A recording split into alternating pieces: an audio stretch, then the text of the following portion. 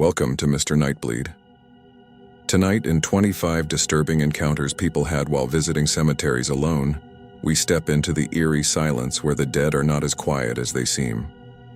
These are the chilling experiences from those who dared to walk among the tombstones, only to find that they weren't as alone as they thought. The stories you'll hear tonight are real, gathered from brave souls who have felt an unsettling presence, heard whispers in the dark, and witnessed things that can't be explained. My goal this month is to reach 4,000 subscribers. Almost 90% of viewers wander in, listen, and vanish into the dark without subscribing. Don't be one of them. Join the darkness. Subscribe now. Before we begin, tell me in the comments where you're watching from and what hour of the night it is for you. And if there's a grave or cemetery in your town that truly unsettles you, type its name below. Because when the world sleeps and the soil settles, some things beneath it do not rest. Kill the lights. Silence the world. Take a slow breath, and let us begin.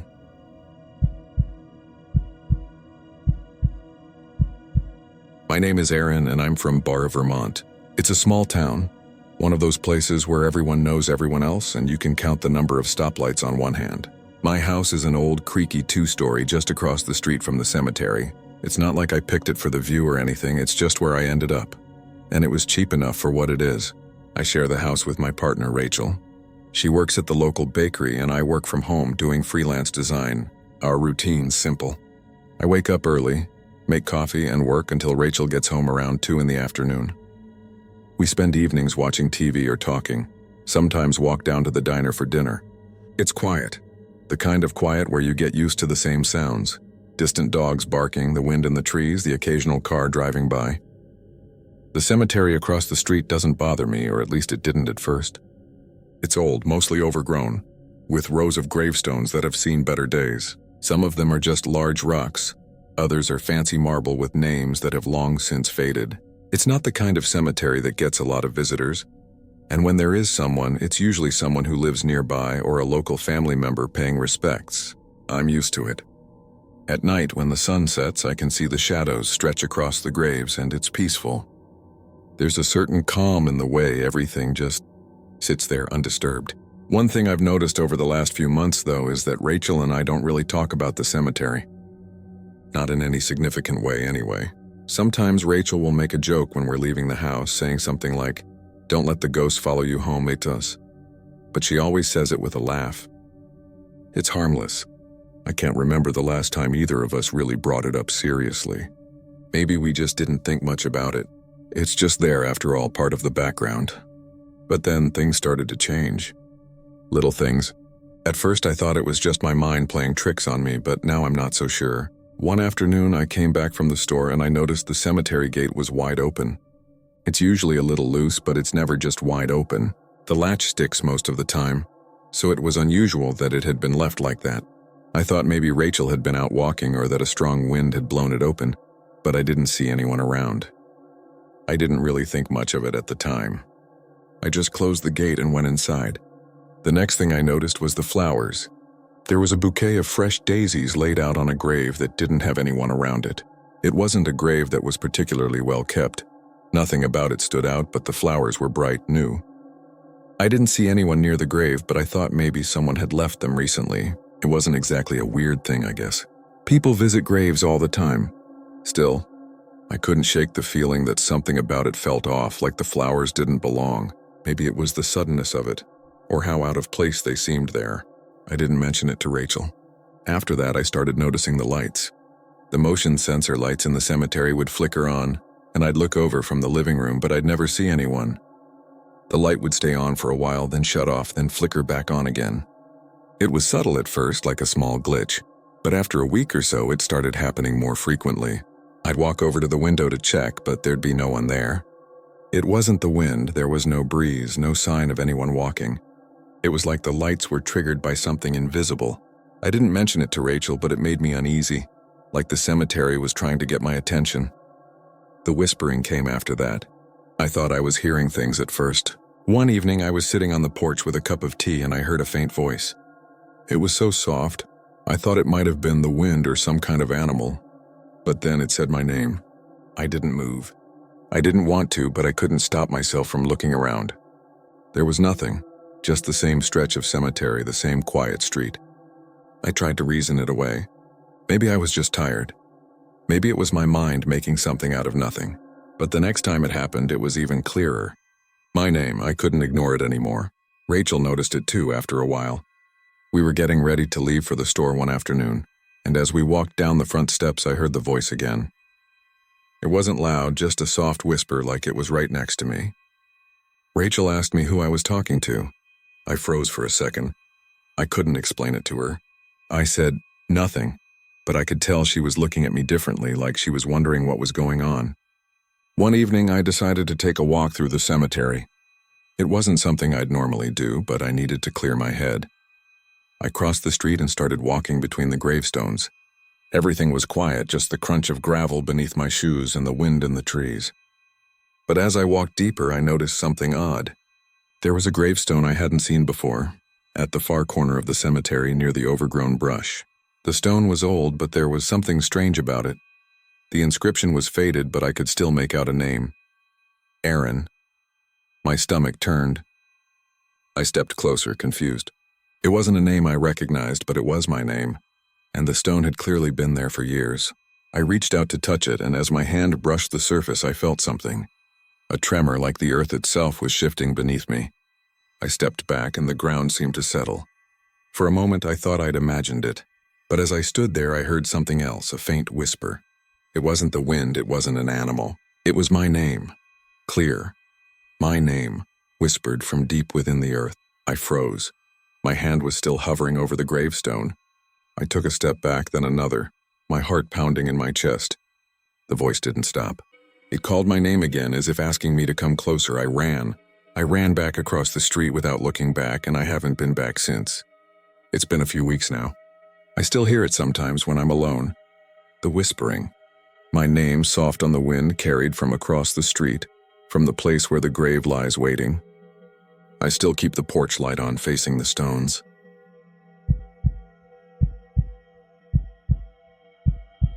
My name is Rachel, and I'm from Ashford, Pennsylvania. I've lived here for about 2 years now. Ever since I moved into this little cottage-style house with my roommate, Sarah. It's a small town, the kind where everyone knows everyone, and the streets are always quiet. Not much ever happens, which is part of the charm, I guess. There's a diner down on Main Street where we go for coffee, and a grocery store that's more about the gossip than the selection. Honestly, the biggest excitement is when the town's annual fair comes around in the summer, but I'm fine with that. I like the quiet. Our house is on the edge of town, tucked away in a little cul-de-sac, and it backs up to a cemetery. It's not a big one, just an old plot of land with a few rows of weathered gravestones, some of them sinking into the ground or partially covered in ivy. I never really thought much of it at first. It's been there for as long as I can remember, and the whole place has a kind of peaceful vibe to it, you know? The cemetery isn't huge and it's mostly empty, except for the occasional visitor or maintenance worker.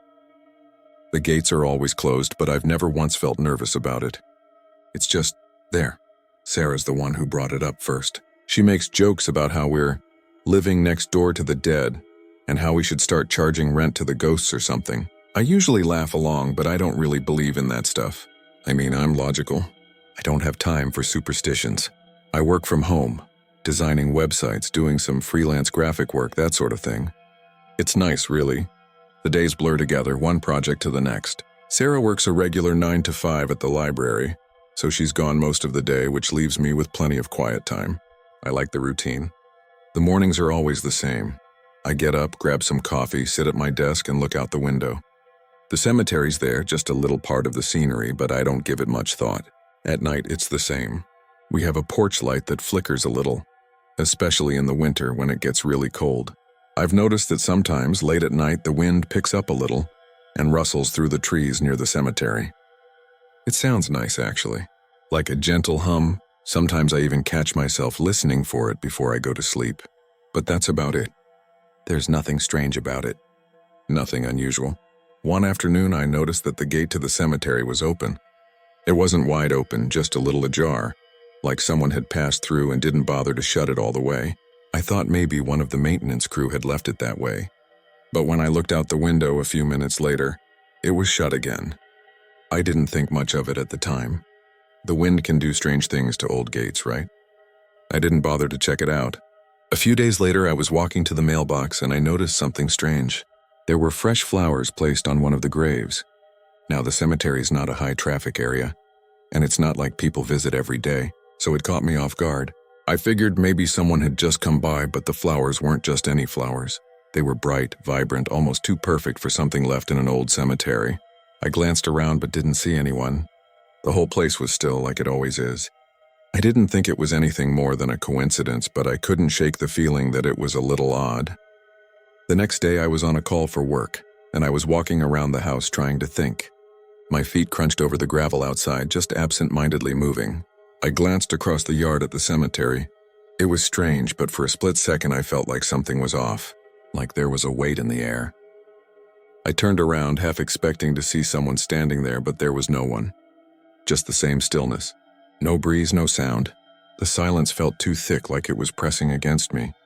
I didn't know why, but I was glad to get back inside. Things started to feel a little wrong after that. Nothing big. It was like the cemetery was always there. But now, every time I looked at it, I couldn't shake the feeling of being watched. It wasn't immediate, but it was subtle. I'd glance out the window, and for just a second, it seemed like the gravestones were all facing me, as though they were somehow aware, watching. I couldn't explain it. It was stupid, really. I told myself I was just imagining it. One night, I was sitting at my desk working when I heard the faintest sound, a whisper. It was so quiet. I thought maybe I was hearing things. I pulled my headphones off and listened carefully. The house was still except for the hum of my computer. The whisper came again, a little clearer this time. My name. Rachel. It was almost like the wind, but more deliberate, like someone was trying to get my attention. I shook my head and laughed to myself. It had to be the wind, right? Or maybe one of the trees creaking. I'm not one to jump to conclusions. The next morning, I asked Sarah if she'd noticed anything strange.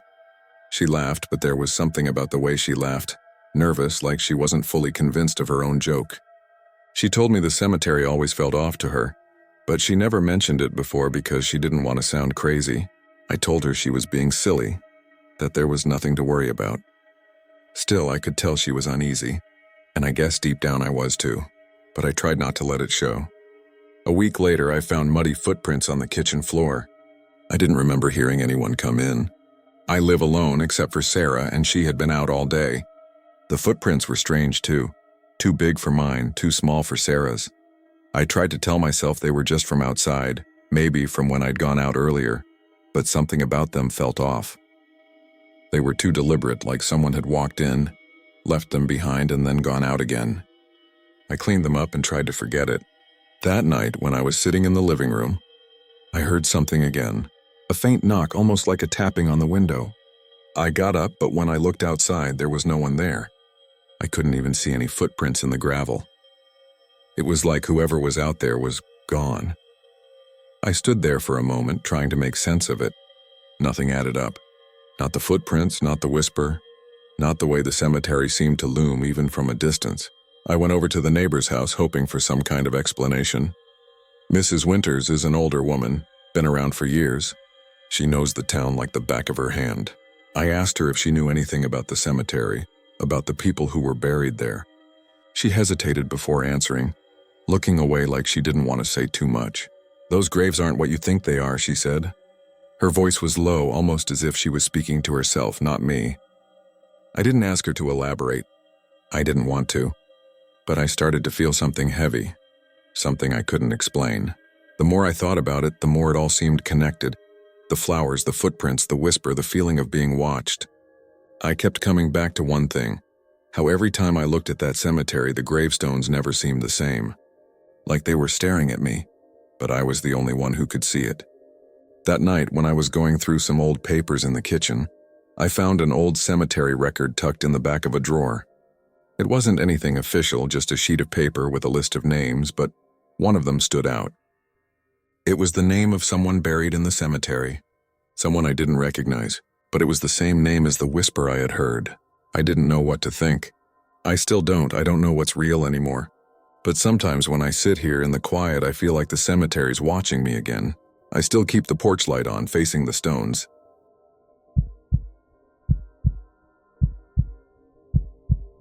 My name is Lucy, and I'm from a little town called McClelland, Ohio.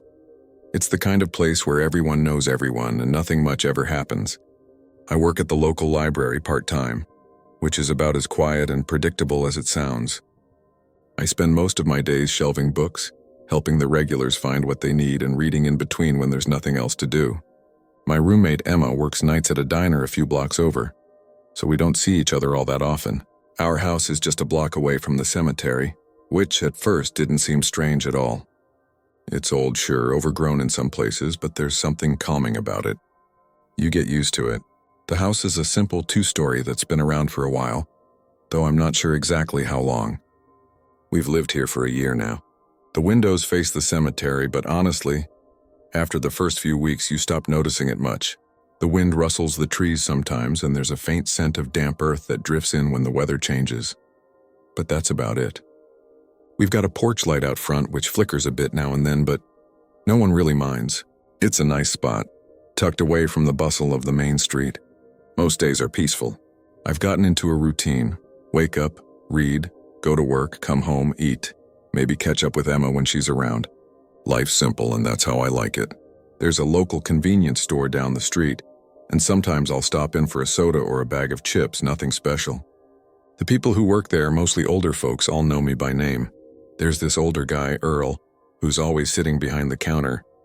He knows everything about the town's history, especially the cemetery, though he never says much about it.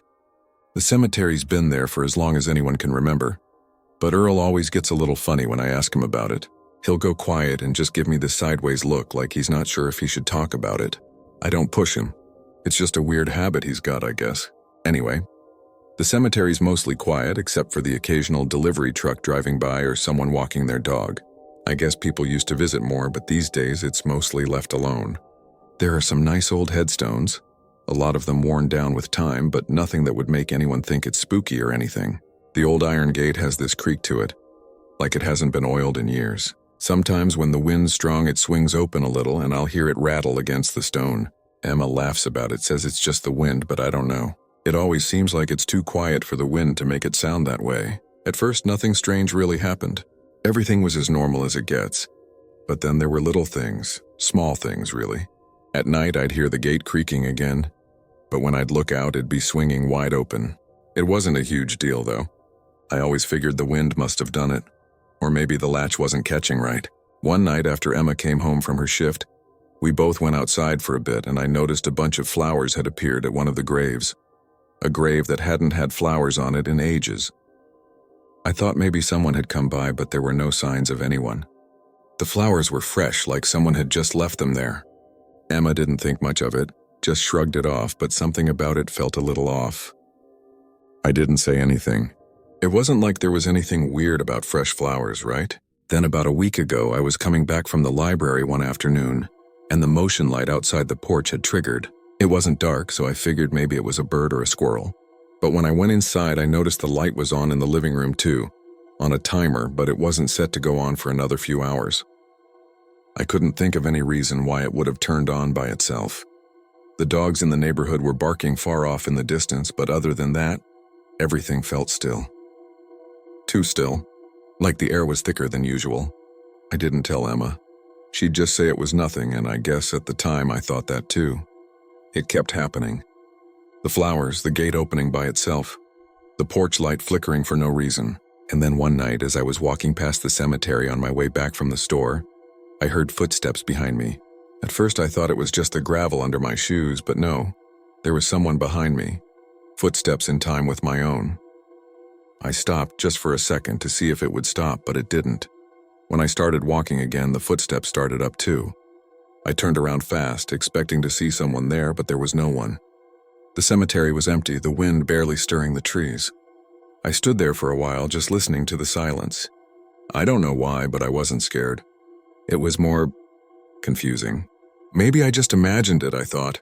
Emma didn't seem to notice anything, but I caught her glancing over at the cemetery sometimes. She'd be looking out the window and I'd see her stare at it like she was waiting for something. I asked her about it once, but she just laughed it off, said she was probably tired. But then she started to mention other things too, like how sometimes she could hear whispers when she was on the porch, like someone was calling her name, but when she went out there, it was always quiet again. I guess it was all easy to dismiss at first. It wasn't like anything was really happening, just little things, little moments of oddness. I started to notice the footsteps more, not just when I was walking through the cemetery, but sometimes even when I was in the house. It was the strangest thing, like someone was walking behind me right there, but when I stopped, the sound would stop too. I thought it was probably just my imagination, but after a while it started to get harder to ignore. One night I was up late reading when I heard the footsteps again. This time they were inside. At first I thought Emma had come home early, but when I went to check, there was no one there. The house was empty, just like it should have been. I kept seeing those little patterns, things that didn't quite add up, but I kept brushing them off. I thought I was being paranoid or maybe just tired from work. But then last week I was looking through some old papers I found in a drawer, just sorting through some stuff, when I saw a name that caught my eye. It was on a letter I didn't recognize, but the name on it was one of the graves in the cemetery. I'd walked by it 100 times, never thought anything of it. But there it was, right in front of me in black and white. Same name, same date. I couldn't explain it. It didn't make sense. The next day I stopped by Earl's place to ask about the grave just out of curiosity. He got really quiet when I brought it up, like he wasn't sure if he should answer. Finally, he just said, "Those graves aren't what you think they are." I didn't ask him to explain. I wasn't sure I wanted to know. The air around the house has felt different since then. There's something heavier about it, like the silence is too thick to breathe in. I can't shake the feeling that something's just waiting, watching. I still hear the footsteps sometimes, especially at night. And sometimes when I'm standing still, I swear I hear my name. Just a whisper, like someone's trying to get my attention. I'm not sure what it all means or if it means anything at all. But sometimes when I'm sitting on the porch looking at the cemetery through the window, I can't help but wonder if something's still out there. Maybe it always has been. I still keep the porch light on facing the stones.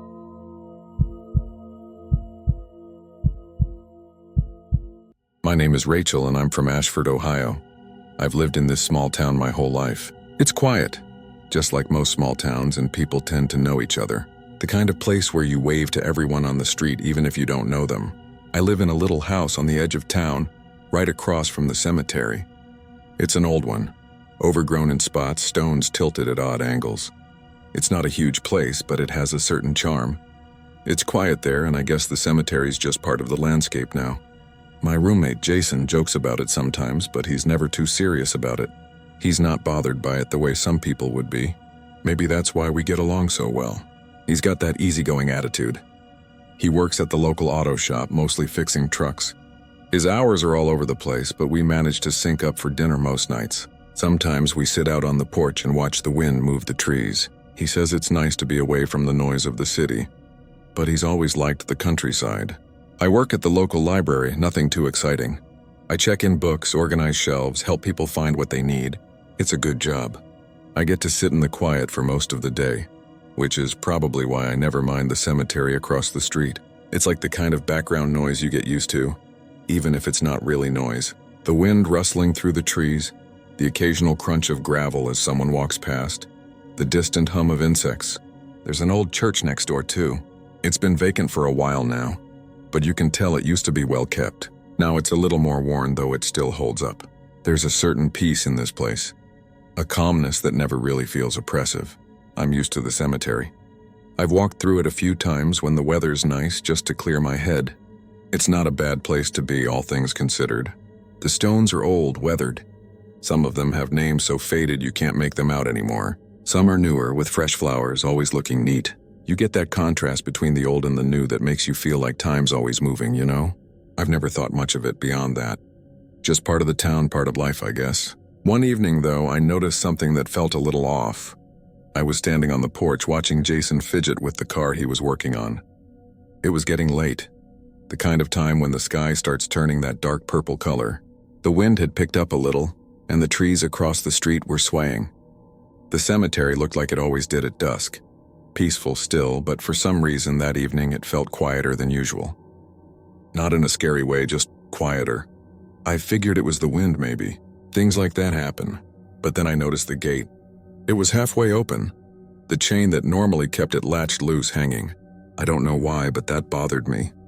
The cemetery's usually locked after hours. Not that anyone's ever really around to enforce it, but still, it felt like something had moved it. Maybe the wind, maybe an animal, but it caught my attention in a way that made me feel uneasy. It wasn't much, just the gate. I stood there for a while staring at it. Then Jason came out wiping his hands on a rag. "You okay?" he asked, squinting across the street. "Yeah, just something about the gate," I said. I didn't know how to explain it. It was stupid. A gate swinging open. Jason glanced over. "You're probably seeing things. Wind, maybe." I nodded, agreeing with him. It didn't seem like much after all. So we went back inside, and that was that. The next morning, though, I noticed something else. I was walking to the mailbox when I saw it. A small bouquet of flowers, fresh, sitting on one of the graves near the back of the cemetery. The odd thing was, I didn't remember anyone ever visiting that grave. It wasn't a particularly old plot or anything, but it was tucked away behind some overgrown ivy. I squinted, wondering if someone had put them there earlier. Still, it felt out of place. Flowers don't just appear, not without a reason, not in a cemetery like this. I figured maybe someone had visited and I just hadn't noticed. I thought about asking Jason, but I knew he'd laugh it off. So I let it go. Later that day, I noticed the flowers were gone. Not in a way that someone had just moved them, but as if they had never been there at all. The ground around the stone was undisturbed. There was nothing left. Shouldn't have bothered me as much as it did, but it did. It stuck in my mind all night. The following days were more of the same, but the strange little things kept happening. The wind would blow just right, and the motion light outside would flicker on, then off, and I'd stand there watching, waiting for something to move. The temperature would drop suddenly like a cold draft had crept in, but there was no open window or door to explain it. One evening I thought I heard a voice. It sounded like someone whispering my name. But when I turned, there was nothing. No one outside, not even a breeze. Jason didn't seem to notice anything, and I didn't want to say anything about it.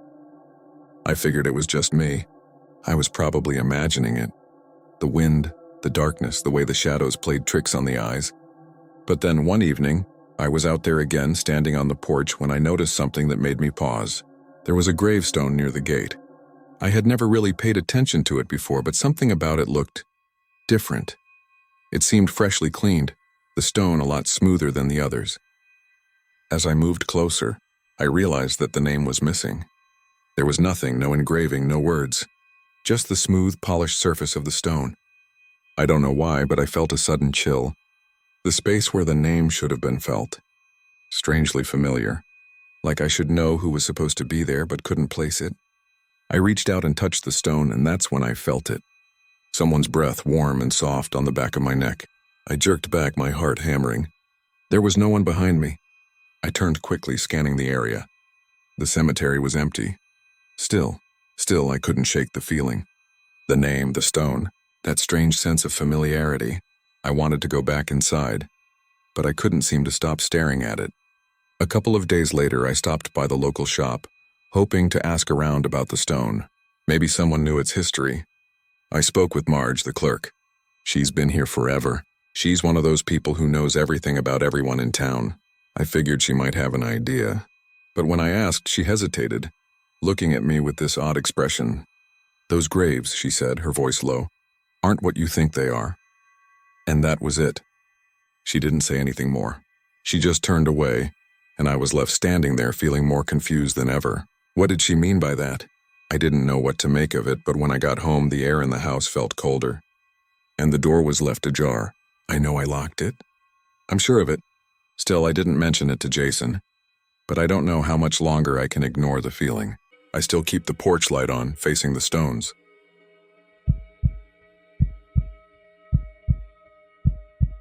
My name is David, and I'm from Springfield, Ohio. I moved into this house about 2 years ago. It's a small place, just me and my cat, Buster. Nothing fancy. It's got a couple of rooms, a decent kitchen, and a little porch out front where I sit when the weather's nice. I work from home most days, so I'm here a lot. My job is simple enough. I do tech support for a software company, so I'm usually on the phone or typing away at my desk, answering emails, troubleshooting problems. Pretty average stuff. I guess I never minded the quiet much. Springfield is a pretty small town. Not a lot going on. The kind of place where you know everyone's name, and nothing really changes. My house is across the street from a cemetery, It's old, nothing extravagant, just a small overgrown lot with a few crumbling headstones. It's peaceful, honestly. Sometimes I'll sit on the porch with Buster, watch the light flicker on and off in the distance and listen to the occasional car drive by. The cemetery's a part of the neighborhood. Most people don't think much of it. In the summer, the wind rustles the leaves and everything feels still, Quiet. It's kind of calming, really. It's not like I spend a lot of time there, though. I can see it from my porch, but I rarely go in. Maybe once in a while to take a walk, but that's about it. The place doesn't give off any bad vibes. I don't know if anyone in town really talks about it. It's just there. Buster's the only one who ever gets spooked sometimes. He'll sit by the window and stare out at the cemetery, tail twitching like he sees something I don't. I laugh it off. Cats, right? They do that kind of thing. It's all just part of the territory of living next to an old cemetery, I guess. The first thing that really made me start paying attention was one night last fall. I was on my computer just doing my usual thing when I heard a faint sound coming from outside. At first I thought it was just the wind, but then it came again. It was a noise, almost like a soft sobbing. At first I figured it was just the wind, rustling through the trees, making it sound like something else. But then it came again, clearer this time. It sounded like a child. Now I know this place is old, and the cemetery across the street has its fair share of old graves, but I hadn't heard any kind of crying before. I went to the window, pulled the curtains back a bit and looked out. The cemetery was just as it always was, still with only the trees swaying. The wind kicked up a little, but no one was there. No one but the gravestones. I remember thinking, must have been an animal or maybe a car passing by with their radio on. Anything but a crying child. But the next evening it happened again. Same sound. Faint, quiet, like a kid calling for help or something. I stepped outside just to see if maybe there was a child wandering around out there, but the street was empty. The cemetery didn't look any different.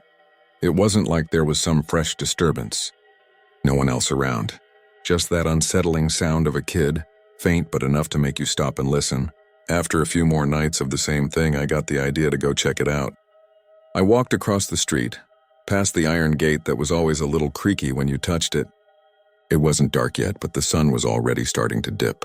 I didn't really think anything of it at the time, just figured maybe there was some logical reason for it all. Maybe a bird or a fox or something.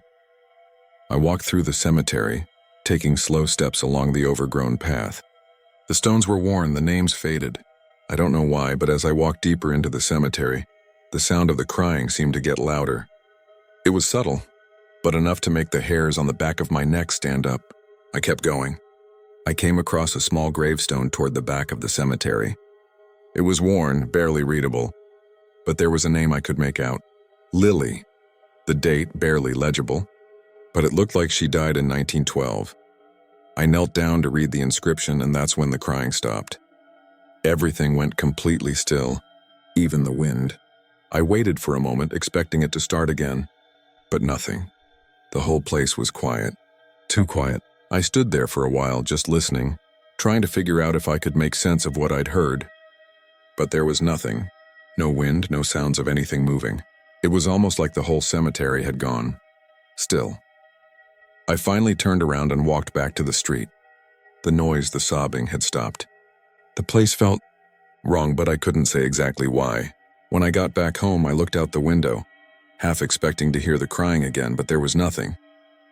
It was like it had never happened. The next day, I spoke to Mr. Garrison, the old guy who runs the small market a few blocks away. He's lived in Springfield all his life, knows every bit of history about the town. I asked him if he knew anything about the cemetery, about any kids who might have died there, or anything unusual. He just sort of looked at me, then glanced down. Some things in that cemetery aren't what you think they are, he said. You should leave it alone. He didn't say anything else. I didn't push it, but the way he looked at me, it was like he knew something I didn't. Over the next couple of weeks, I noticed more things that didn't quite add up. Small things. The motion light near the gate would trigger when no one was there. The wind would stir up when there was no breeze. A faint voice, a whisper, but nothing I could quite make out. I started to feel like I was being watched. I'm not really the type to get spooked easily, but it was different. One evening I came back from the store and found muddy footprints leading from the cemetery to my front door. I don't know how they got there. I didn't see anyone. Buster was at the window, his eyes wide, staring at the footprints like he saw something I couldn't. The door was slightly ajar, like someone had been inside. But nothing was out of place. It was just wrong. I stood there, staring at the footprints, trying to make sense of it. I closed the door, locked it, and just sat down. My head was spinning. I couldn't make sense of any of it, and I still don't know what to think. But one thing's for sure. I don't look at the cemetery the same way anymore. I still keep the porch light on, facing the stones.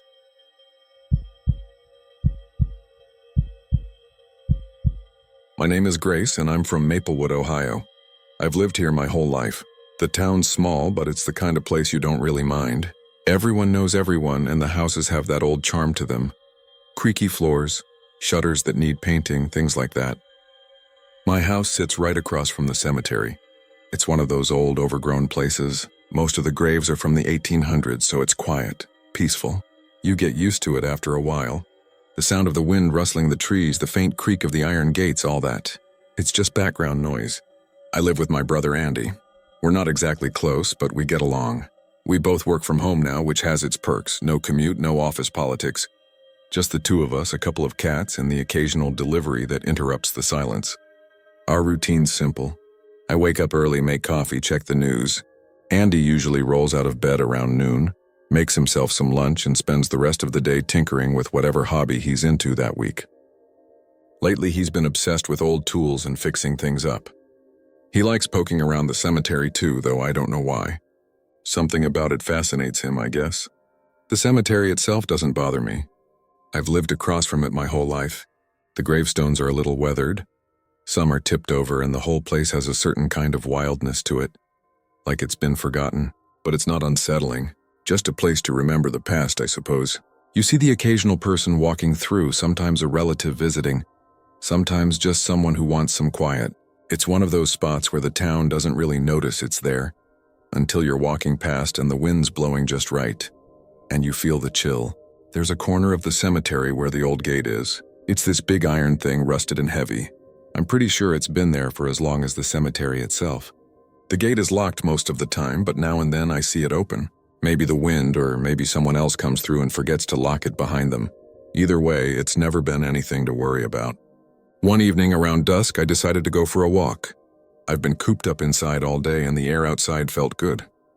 Andy was in the middle of some weird tool repair project in the garage, so I slipped out quietly just to clear my head. I crossed the street, walked through the old cemetery gates, and made my way down the gravel path. The sun was setting, and the shadows were long, stretching across the old stones. It's always quiet there, but tonight was different.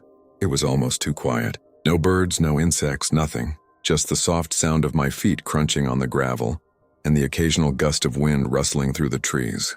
I walked past the graves, read a few of the names that were familiar, even though I didn't know the people. Everyone in town seems to have someone buried here. It's just part of the landscape. But as I reached the far end of the cemetery, something caught my eye. The gate, the one that's always locked, it was wide open. Now I've walked past that gate 100 times. It's been locked since I can remember. I never really paid much attention to it, but that night it seemed odd. I stopped in my tracks and just stared at it. There was no reason for it to be open. I'd walked by only a couple hours earlier, and it had been securely shut. I figured maybe someone else had been here and for whatever reason had left it open. I mean, it's not the first time I've seen it that way. Sometimes when the wind picks up, things move around. I shrugged it off. But still, I couldn't shake the feeling that it wasn't right. I wasn't scared, but I felt uneasy. It was just a gate. It was just the wind. I turned back around and started walking toward the gate, figuring I'd close it on my way out. But when I reached it, I noticed something strange. The lock was fastened again. I tried not to think too much about it. Maybe it just closed behind me, but I could have sworn it had been open before. I reached for the lock, and that's when I realized the key was missing. There was no key. I'm not an expert on cemetery gates, but I know enough to understand that they don't just close on their own, and they sure as hell don't lock without a key. I turned the handle again, thinking maybe I was just too worked up. But no, the gate was firmly shut. I ran my hands over the metal, checking for any kind of latch or mechanism that might have triggered it. But everything was normal. Everything except the fact that I couldn't get out. I called out for Andy, but my voice sounded strange in the silence. He couldn't hear me, of course. The house was too far away. I walked back and forth along the inside of the gate, looking for a way to squeeze through or find a gap, but nothing. It was locked. I tried the gate again and again. Nothing worked. I started to panic a little. How could it be locked? There's no way I could have just missed it. I checked the ground around the gate. No key, no sign of anything unusual. Just the same rusted metal and the crumbling stone walls. I called Andy again, and this time I thought I heard something from the other side of the gate. A faint scratching noise like someone was trying to get in. I froze. My skin tingled like someone had brushed their hand across my back. I didn't want to look behind me, but I did. Nothing. Just the cemetery. But then I heard it again, a faint whisper. It wasn't from the gate. It was behind me, coming from somewhere in the cemetery. I couldn't make out the words, but I felt it. The air felt colder all of a sudden. I spun around, but there was nothing. Just the same old gravestones in the deepening dark. I turned back to the gate, my heart pounding. My fingers were trembling as I ran them over the lock again. I looked down, and that's when I saw it. A single fresh flower. It was lying at the base of a headstone, one I didn't recognize. I'd walked past this grave many times, and there had never been flowers there. I don't know why that bothered me so much, but it did. I backed away from the gate slowly, almost like I was afraid to turn my back to it. The whisper came again, louder this time, clearer. Grace. I didn't look. I ran. I sprinted back down the gravel path, my feet thumping against the stones. I finally reached the street and looked back. The cemetery was still there. The gate was closed, locked as it always had been. But as I caught my breath, I realized something. I still hadn't found the key. I haven't gone back there since. I still keep the porch light on, facing the stones.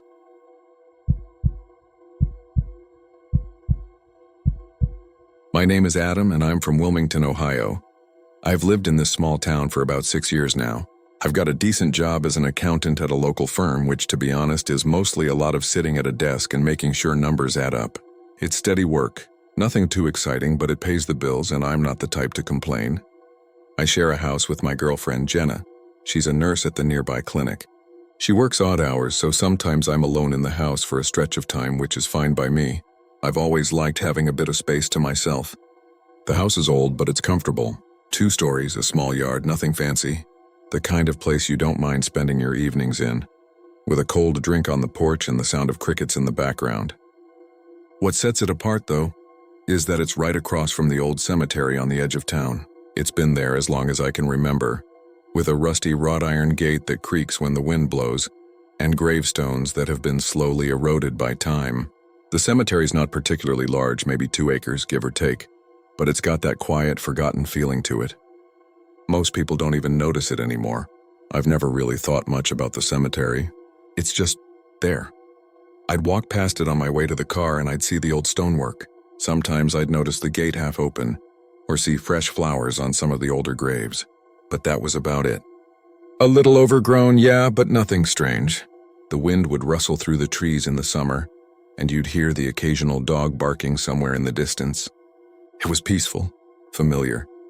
Jenna's never been that fond of the cemetery. She's not the superstitious type, but she jokes about it every now and then. I hope that place isn't cursed, she'd say when we're walking back from the store. It'd be just our luck, huh? Living across from a graveyard. I'd laugh it off because honestly there's nothing to be afraid of. It's just a cemetery. People get buried there.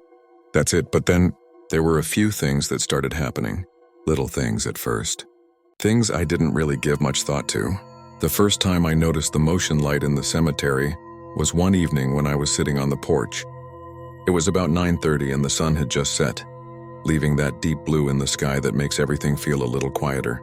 The cemetery's on the edge of town, but I could see the motion light flicker on in the distance, lighting up a patch of graves that had long been covered in weeds.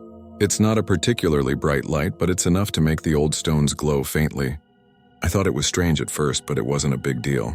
Maybe it was just a stray cat or something, setting it off. I didn't think much more of it until a few nights later, when I saw the same light flicker on again. This time I was inside and I happened to glance out the window. The light illuminated the same section of graves. I watched for a minute, but nobody seemed to be around. I was about to turn away when, just as quickly as it had come on, the light shut off. I thought that was odd. so I went to the front door to take a look. I stepped outside, and as soon as I was near the sidewalk, the light turned back on. I stopped and the light shut off again. A little confused, I walked a few more steps away and the light flickered back on. It didn't make sense. There was no one there. No cars, no people, nothing moving around in the cemetery at all. Just that strange mechanical flicker. It happened 3 more times that night, the cycle repeating itself, and every time I was left standing there trying to make sense of it. But I couldn't. Probably just a malfunction, I told myself. I went back inside, sat down, and tried to forget about it. But I knew something was off. A few days later, Jenna was working the late shift at the clinic, so I was home alone again. The wind had picked up a little, blowing through the trees and making that soft rustling sound you only hear at night. I wasn't doing much, just scrolling through my phone when I heard the motion light again. This time I didn't even bother looking outside. The light flickered on, then off, then on, then off, over and over. I thought about going over there and checking it out, maybe seeing if there was something wrong with the sensor, but I didn't. I kept thinking about how stupid it was to go over there at that hour, so I didn't. I went on with my evening, but it kept happening. The next time I noticed the light was the night Jenna came home early. She came in the front door, looking a little shaken.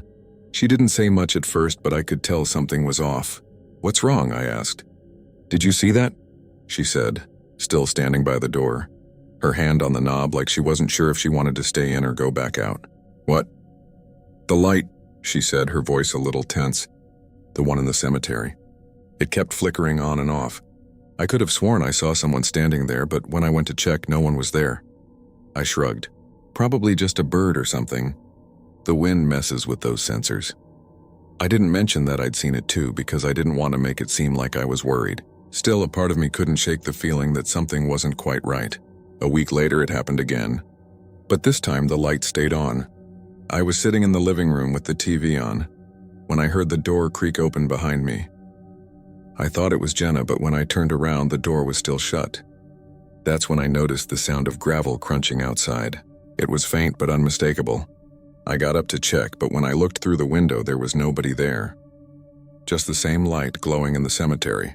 It wasn't long after that I noticed other little things. The sound of footsteps in the cemetery, faint but audible, that stopped when I tried to walk over and see. The occasional whispering sound in the wind, too soft to understand, but somehow familiar. I'd hear my name in it sometimes. Adam. I tried asking the neighbor about it, a woman named Mrs. Hennigan who's lived here forever. She gave me that strange look like I was asking the wrong question. "You don't want to know about that cemetery," she said. And then she quickly changed the subject. She's always been a little odd, but that day it was like she knew something. She didn't want to say it. Then there was the night I found the muddy footprints inside the house. I thought I'd locked the door behind me when I came inside, but the lock was undone. The footprints were there, wet and fresh, leading from the back door into the kitchen. They didn't look like any I'd seen before. They were too large, too uneven. I went to check the yard, but there was nothing there, just the normal shadows from the trees. Jenna came home later that night, and I didn't say anything about the footprints. She'd think I was just imagining things, but the feeling lingered. I went through some old papers in the attic last week. Old things, just sorting through stuff Jenna and I had packed away. That's when I found it, an old cemetery record. The date on it was from decades ago, but the name on the headstone matched. I don't know why it hit me the way it did. I felt this strange chill, a sense of something shifting in the air, something that wasn't there before. I looked at the name again, and then I heard it, my name. Soft, faint, a whisper in the air. I turned around, but the house was empty. I still keep the porch light on, facing the stones.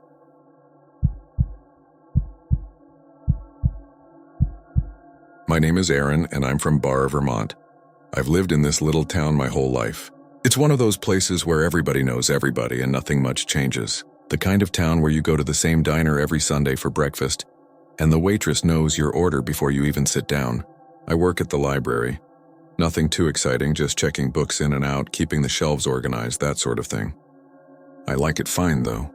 Quiet work, good people. It's routine, and I'm used to it. I live in a small house across from the cemetery. It's an old house, a little crooked in places, but it's mine. The cemetery's been here long before I moved in, and I'd say it's the kind of place people mostly forget about. It's small, not more than a couple of acres. Some of the graves are well kept. Others are barely visible through the overgrowth, but it doesn't bother me. In fact, I kind of like the view, calming, I guess. My roommate Sarah says it's a bit too creepy for her, but she never complains about it. We both sort of got used to it. We don't talk about the cemetery much except when the weather's bad. On windy days, the trees over there make this low, creaking noise, and sometimes, at night, you can hear the gravel crunching under someone's shoes. Probably a stray animal or something, but it always sounds like footsteps. The sort of thing you don't really think about until you do. But like I said, it's peaceful enough. Sarah's usually home before me, so she'll call me if something strange happens. Nothing major, just small things. A light flickering, the gate to the cemetery swinging open even though there's no wind. I used to think it was just the old gate falling apart, but then Sarah mentioned it again last week. The wind, she said. It had to be the wind. She always says that when something feels off, it's just the wind, and that's probably all it is. I don't know why I notice these things now. Maybe because of the silence. When I'm home alone, I notice the way the wind hits the old windows, how the lights flicker sometimes, or how everything seems a little quieter after sunset. But I try not to think too much about it. Things feel normal mostly, even if the cemetery feels just a little too close for comfort. It started with the flowers. I hadn't noticed them at first. I don't usually pay much attention to the graves across the street. Like I said, it's a small cemetery, hard to miss but easy to ignore. There are a lot of older graves, ones that don't get much attention anymore. But one morning, just as I was leaving for work, I noticed a bouquet of fresh flowers on a grave. It was a small arrangement, just a few pale roses, maybe some lavender mixed in. It looked like someone had just placed them there. The thing is, this grave hadn't had any visitors in years. I knew that because I'd passed by it every day and it was always overgrown, the stone barely visible. I stopped for a moment, squinting at it from the front steps. The flowers were too fresh, I guess. They didn't look like they'd been there long. The rest of the cemetery was as still as usual, but those flowers, they stood out, you know? I walked over just to take a closer look. The gravel crunched under my shoes and the wind picked up for a second, ruffling the leaves in the trees. I didn't think much of it at first. Maybe someone had placed the flowers the night before. But when I bent down to touch them, the air around me shifted. It got cold, not a chill that would make you shiver, but a sudden, deep cold like the temperature dropped a few degrees in an instant. I pulled my hand away quickly, standing up straight.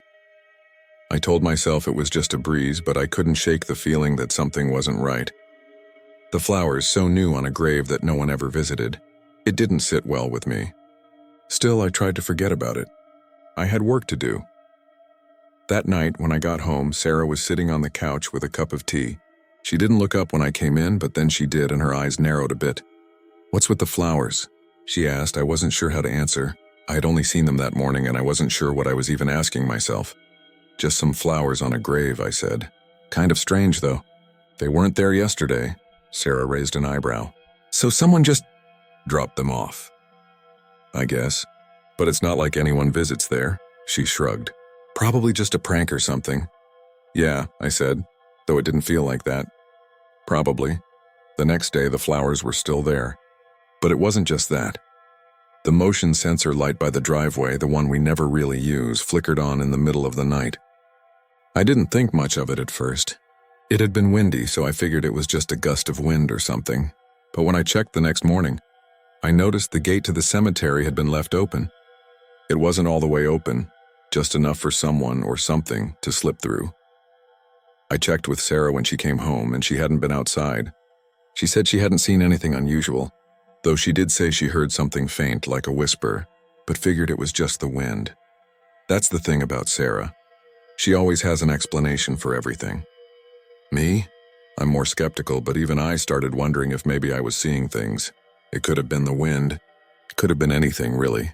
Then came the footsteps. I'm not sure how it started, but I know I started hearing them. At first I thought it was just my mind playing tricks on me, because I'd hear them in the middle of the night, light tapping against the gravel, almost like someone walking in the cemetery. But when I went out to check, there was no one. The gate was closed again. I was starting to wonder if Sarah was right, if I was just imagining things.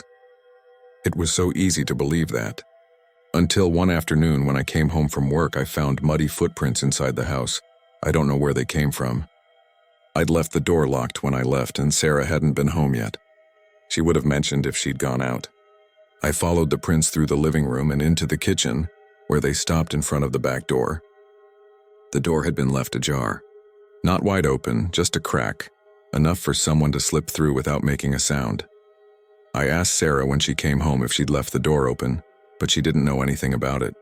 She looked at me puzzled, but then she just shrugged and went on about her evening. I didn't press it.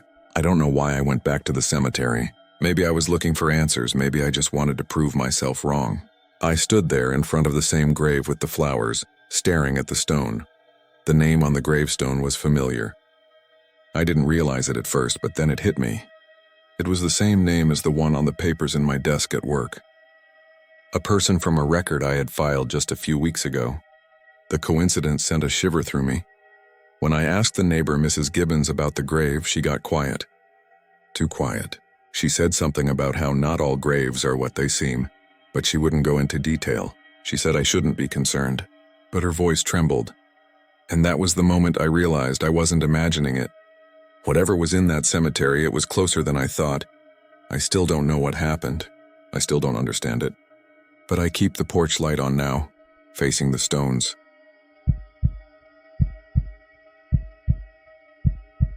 My name is Jack, and I'm from Carlisle, Pennsylvania. I live in a small house across from an old cemetery. It's a quiet place. One of those towns where everyone knows everyone, or at least everyone knows your face even if they don't know your name. The cemetery's been there forever, at least as long as I can remember. It's small, tucked away behind a wrought iron fence that looks like it could fall apart if someone looked at it too hard. There's a handful of headstones, most of them so old that the names are worn away. Some of the graves are overgrown with ivy or wildflowers, and it's usually pretty peaceful, except for the occasional rustling of trees or the chirping of birds in the morning. I live there with my girlfriend, Sarah. She's a teacher at the local middle school, and I work from home most days as a freelance graphic designer. My schedule's pretty simple, really. I wake up, make coffee, work for a few hours, take a break, and then get back to it. Sarah leaves for school in the morning, and we usually meet up for dinner in the evenings. Nothing fancy. We both like the quiet. There's not a lot to do around here, but that's fine by us. We're both used to it. The cemetery doesn't bother either of us. It's just part of the scenery at this point. The house is old too. It's been around since before the town really started to grow. So it has that old wood smell mixed with the faint scent of dust and the occasional mustiness from the basement. The windows creak when you open them, and the floors squeak in certain spots. I suppose it's charming in a way. It's a two-story, and we spend most of our time on the first floor where the kitchen and living room are. The front porch faces the cemetery, so we sit out there sometimes in the evenings, watching the sun go down behind the rows of headstones. It's calming. I remember when we first moved in, I asked the local clerk at the grocery store about the cemetery. She seemed a little too quick to change the subject, but she mentioned that it had been around since the early 1800s. There were rumors, she said, about some of the graves. But she didn't elaborate, and I didn't push. It didn't seem like anything worth worrying about. People around here, they're superstitious, sure, but that's nothing new. I didn't think much of it. For the first few months, nothing strange really happened. We'd get the occasional gust of wind that made the gate swing open, or the light on the porch would flicker, but it was nothing that couldn't be explained. The cemetery wasn't exactly new to me. I'd passed it hundreds of times before we moved in. Sarah used to joke about how quiet it was, how creepy it looked when the fog rolled in, but there wasn't any real fear behind her words. Just the kind of humor people get when they live somewhere long enough to start making light of things. Things started changing a few weeks ago, though.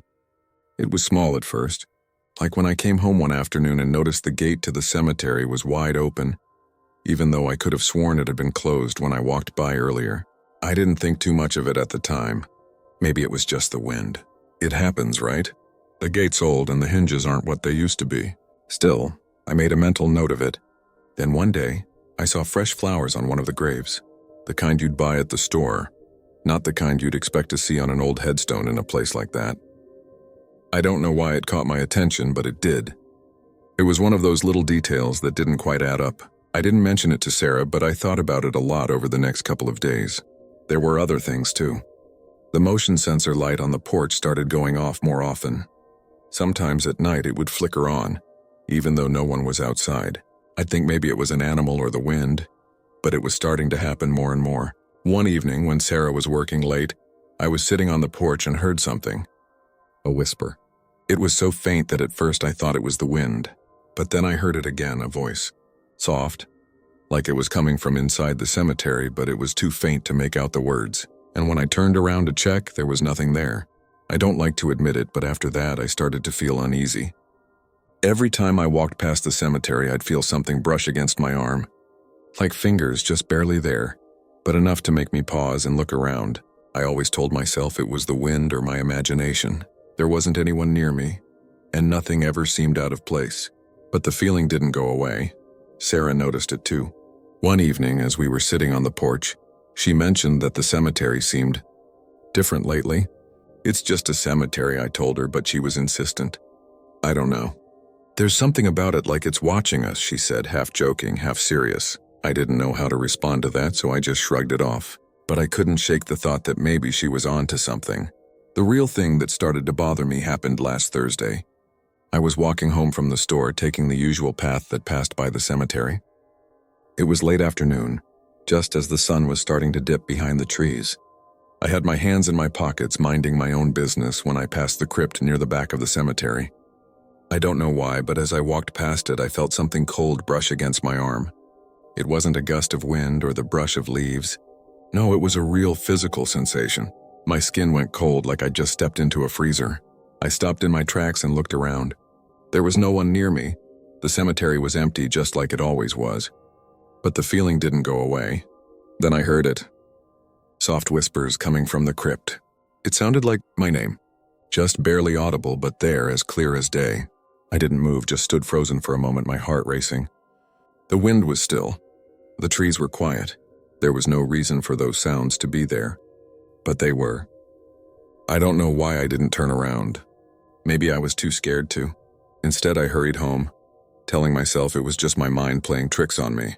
But the whispers lingered, echoing in my head for the rest of the night. And that's when it hit me. The cemetery wasn't just a part of the landscape anymore. It was alive. Or something was. Something I couldn't explain. The next day, I went to the local clerk again. The same woman I'd talked to before. She was behind the counter like usual. But when I asked her about the history of the cemetery, she looked at me differently. She didn't give me the same casual response she had the first time.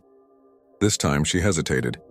"Those graves, they aren't what you think they are," she said quietly, avoiding my eyes.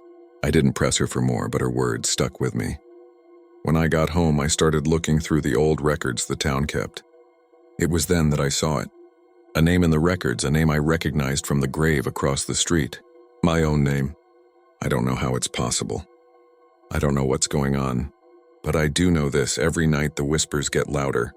And I swear sometimes when I'm sitting in the living room, I hear footsteps in the hall like someone's walking around upstairs. But when I check, no one's there. I keep telling myself that it's nothing. But I'm not so sure anymore. I still keep the porch light on facing the stones.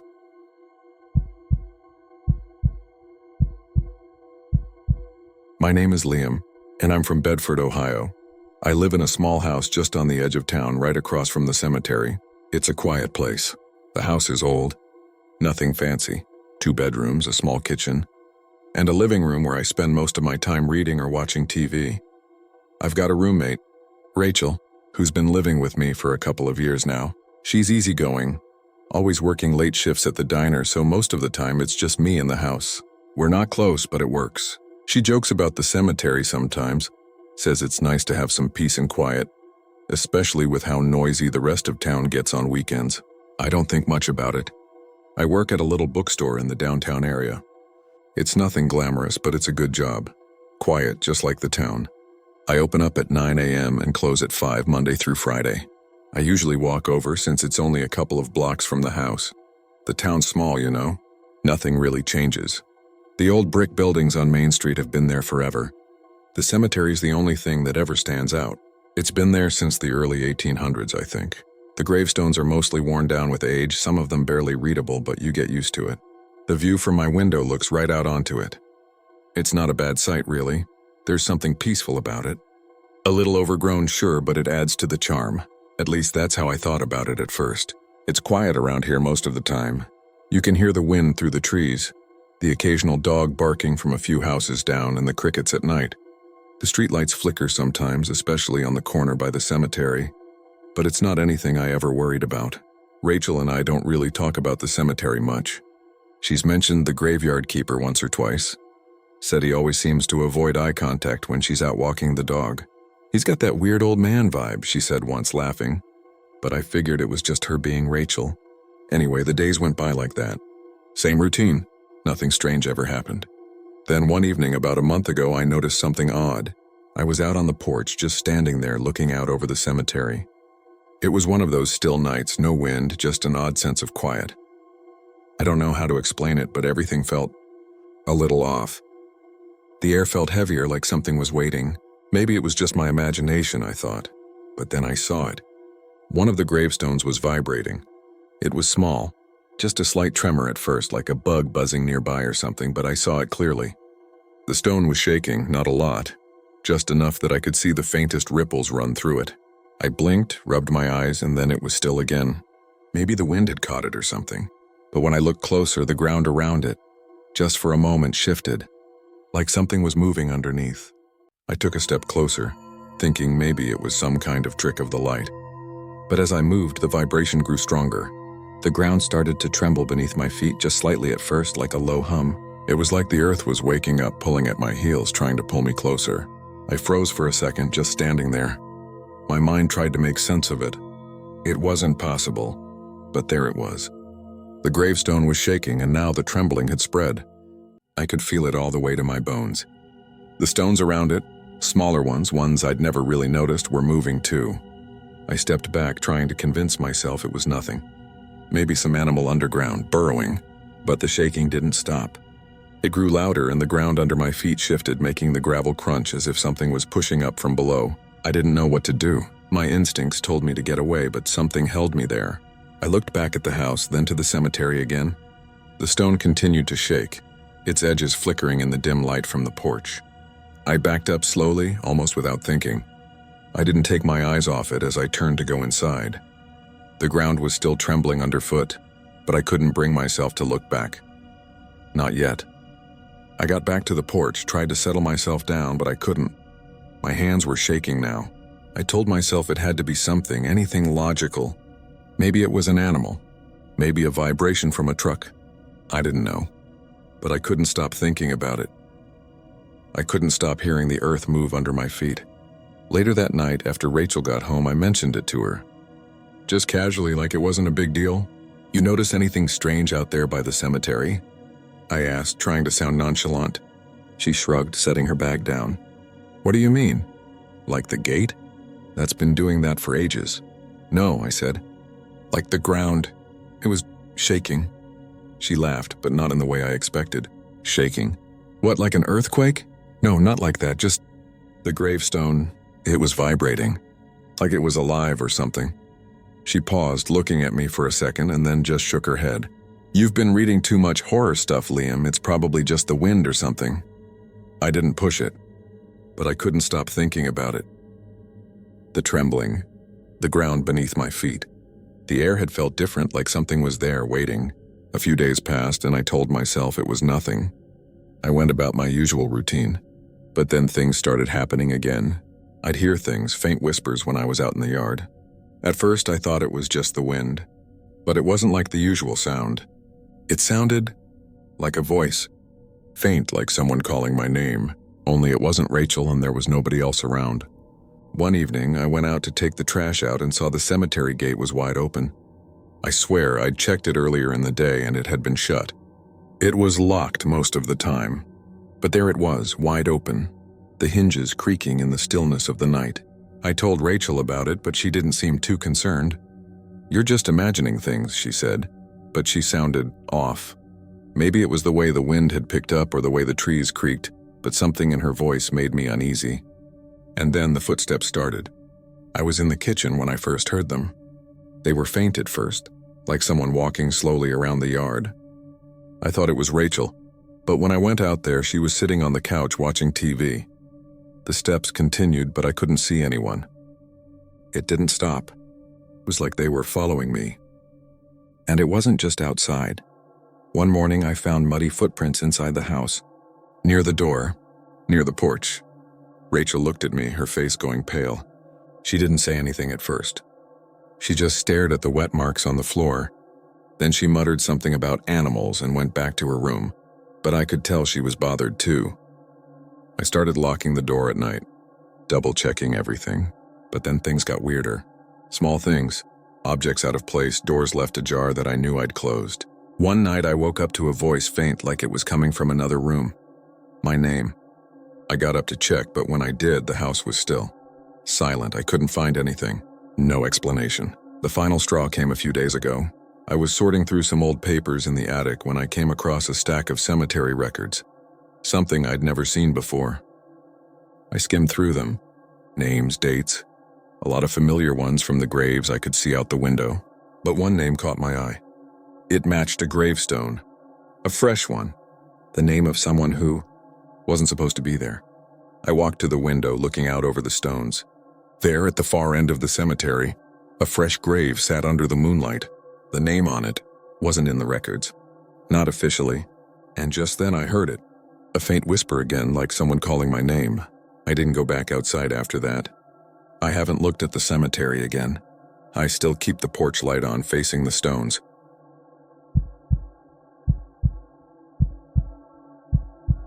My name is Ben, and I'm from Whitford, Pennsylvania. Whitford's the kind of town where everyone knows everyone. It's small, quiet, the sort of place where nothing much happens. I work from home most days as a graphic designer, which suits me just fine. I've got a little apartment on the edge of town. Nothing fancy. Just a one-bedroom with a porch that looks out onto the cemetery. You wouldn't think that'd be a big deal, right? I mean, it's a small cemetery. Old really, with a lot of overgrown grass and crooked stones. Not much activity. I guess it's the kind of thing you get used to, seeing all those names and dates every time you walk outside. I live alone, though there's usually a steady hum of activity around here. My friend Sarah, who works at the local diner, comes by often to hang out or help with things I don't really understand, like changing the air filter in the furnace or fixing a loose cabinet handle. We joke sometimes that the cemetery's good for the quiet. You'd think that'd be a little unsettling, but honestly, I don't mind it. It's almost peaceful. The town itself doesn't really have a lot of people or noise. Some older folks, a few families who moved here for the quiet. The cemetery, which isn't more than a couple acres, sits at the far end of Main Street just outside of town. There are a few trees scattered through it, maples mostly. They sway when the wind picks up, and the sound of the leaves rustling can be pretty nice. I've always liked it, the sound of it, especially late at night when everything else is still. I guess you could say I've gotten used to it. Everything seemed normal for the first few weeks. It was a typical little town, right? Until something started to change. Nothing big, just little things at first. One evening, I came home late after grabbing a burger with Sarah. I was tired, not really paying attention. I noticed the front gate of the cemetery was open. I figured maybe it had just been the wind, you know? The kind of breeze that pushes on old metal gates. But when I checked the next morning, it was still open. Not wide, but enough that I could tell. I shrugged it off. I didn't think much of it. The cemetery's old. Maybe the hinges are just loose. A few days after that, I started noticing fresh flowers. Not a lot, but enough that it made me pause. The graves weren't all that well kept up, with some headstones leaning or cracked. It wasn't exactly the kind of place you'd expect people to leave fresh flowers. But there they were, new petals laid gently on the stones. It struck me as odd, sure, but I didn't feel creeped out or anything. It's a cemetery, after all. Then the motion light near my porch came on one night. At first I thought it was a deer or maybe a raccoon that triggered it, but when I looked out the window I didn't see anything, just the cemetery dark and still. I figured it must have been a trick of the wind again, but I couldn't shake the feeling that I wasn't alone out there. I didn't think too much about it, but something about the air felt thicker that night, colder, even though it was warm enough for late spring. It was strange, but it passed. A week later, it happened again. The gate, flowers, and the light, these things that seemed to happen in such a pattern now, felt like something I couldn't ignore. But I kept telling myself there was a logical explanation for all of it. The flowers could have been from someone visiting a relative. The light was probably faulty and the gate had just swung open. But then something happened that started to make me question everything. I went for a walk to clear my head, just around the cemetery, which had become oddly familiar to me by then. I like to walk, especially when it's quiet like that. I passed by some of the older graves near the back. They weren't even marked with names, just faded stone that had been weathered by years of rain. But one stone caught my eye. It was old, cracked at the edges but still legible, my name and my birth date. At first I thought I was just seeing things. I bent closer, feeling a strange tightness in my chest. No, it wasn't my imagination. It had my full name and my birth date. But the death date, it was from years ago. I didn't recognize the name next to mine nor the date, but seeing it made my stomach twist.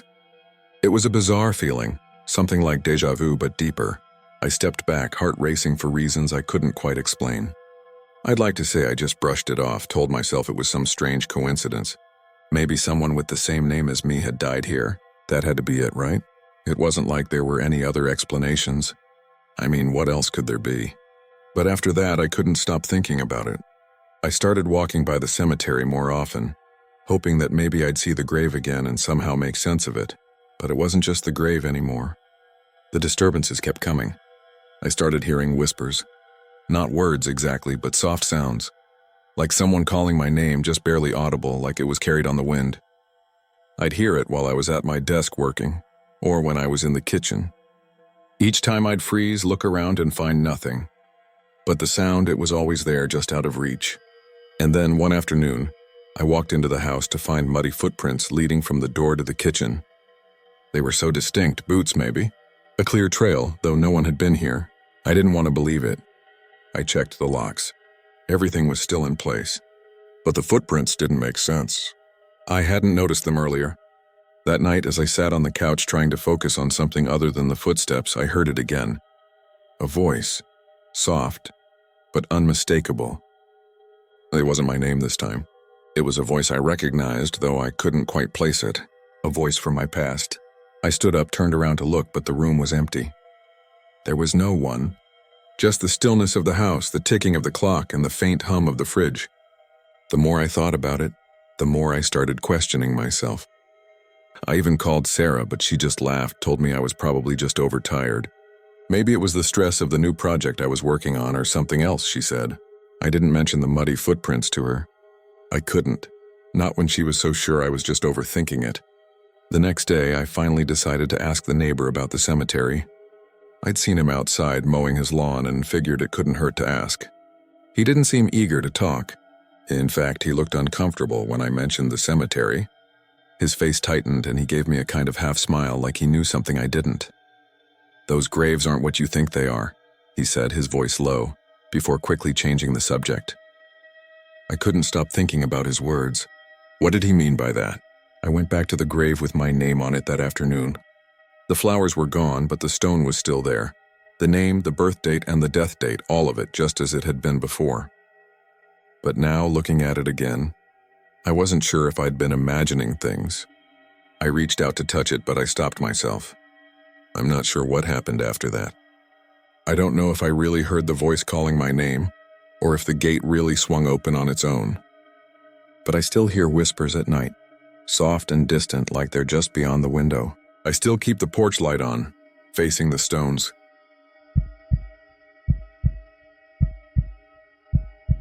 My name is Sarah, and I'm from Cedar Grove, Ohio.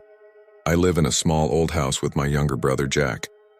We moved here about 2 years ago, after our parents passed. It was a rough time, and this house was the closest thing we had to somewhere familiar.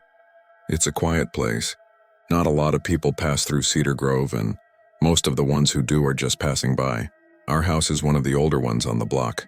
The kind with creaky floors and a sagging porch that you can't help but fix up when you've got nothing else to do.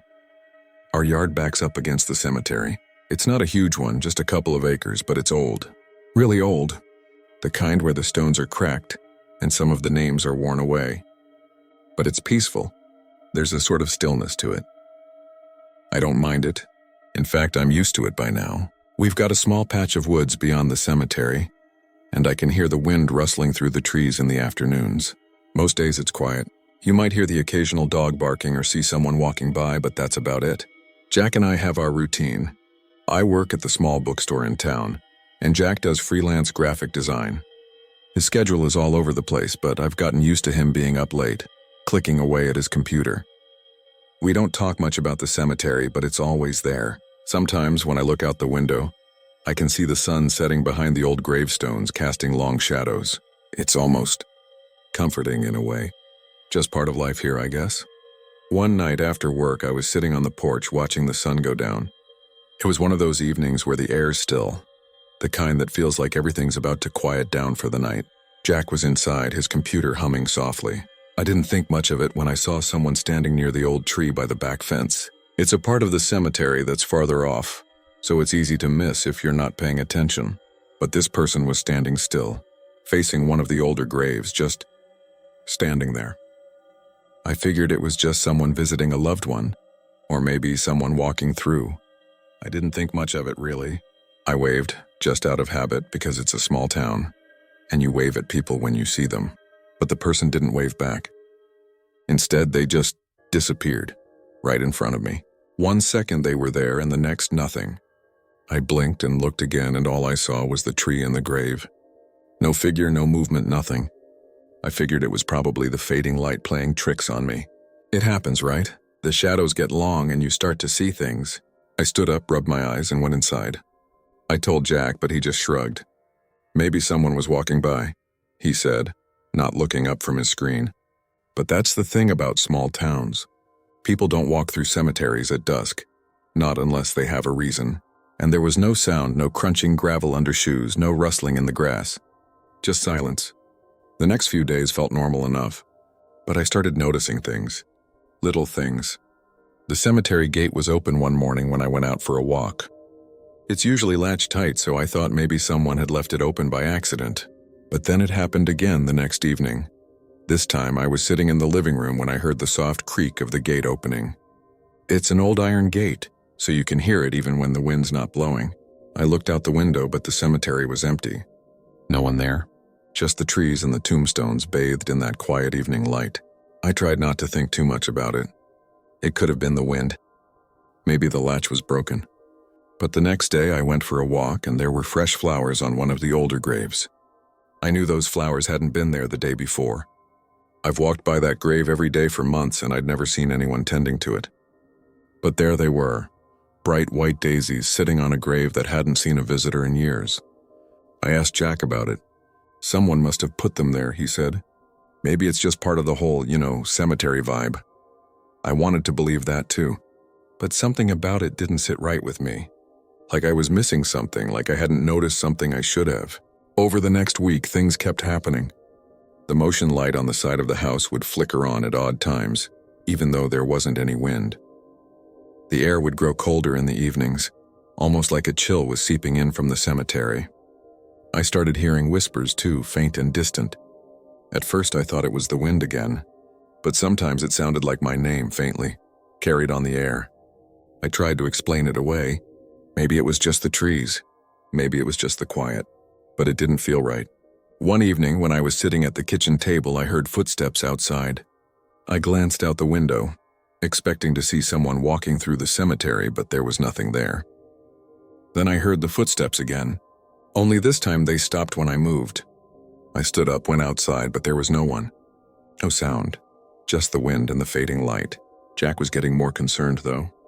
He said he'd heard the whispers too, sometimes when I wasn't around. I don't think he wanted to believe it, but he couldn't deny it anymore. That night we sat in the living room listening to the silence. Then there it was again, a soft tap like something brushing against the window. We both jumped, but when we looked outside, nothing. Just the graveyard, dark and still. I don't know when it happened exactly, but one evening something changed. The door to the porch was left slightly ajar when I came home. I'm sure I'd shut it, but there it was, hanging open. Inside, the temperature had dropped. The air felt thick, almost heavy, like something was there, just waiting. That's when I found the muddy footprints. They weren't there when I left, but they were there now, leading from the back door across the floor and up to the stairs. I followed them, my heart pounding in my chest. When I got to the top of the stairs, there was a soft, familiar voice calling my name from the bedroom. I stood there for a second, listening, but I was alone. Jack was in the living room. I didn't mention it to Jack. He'd gotten more jumpy over the past few days, so I figured it was just a result of the tension building up. But I couldn't shake it. Something was wrong. Something was in the house. I went into the bedroom and sat on the bed just listening to the silence. A week later, I was going through some old papers in the attic, sorting through things that had belonged to our parents. I came across a box of old photographs and letters. One of the letters had a name on it, one I recognized from the cemetery. It was a name on one of the gravestones that had always struck me as odd. I went outside, back to the cemetery, and stood in front of that grave. The name was right there in front of me, the same as the letter. When I turned around, I swear I saw a figure standing by the tree, but when I blinked, it was gone. I still don't know what to make of it. Jack and I don't talk much about it anymore, but sometimes late at night when the house is too quiet, I still hear footsteps outside, and I still keep the porch light on facing the stones.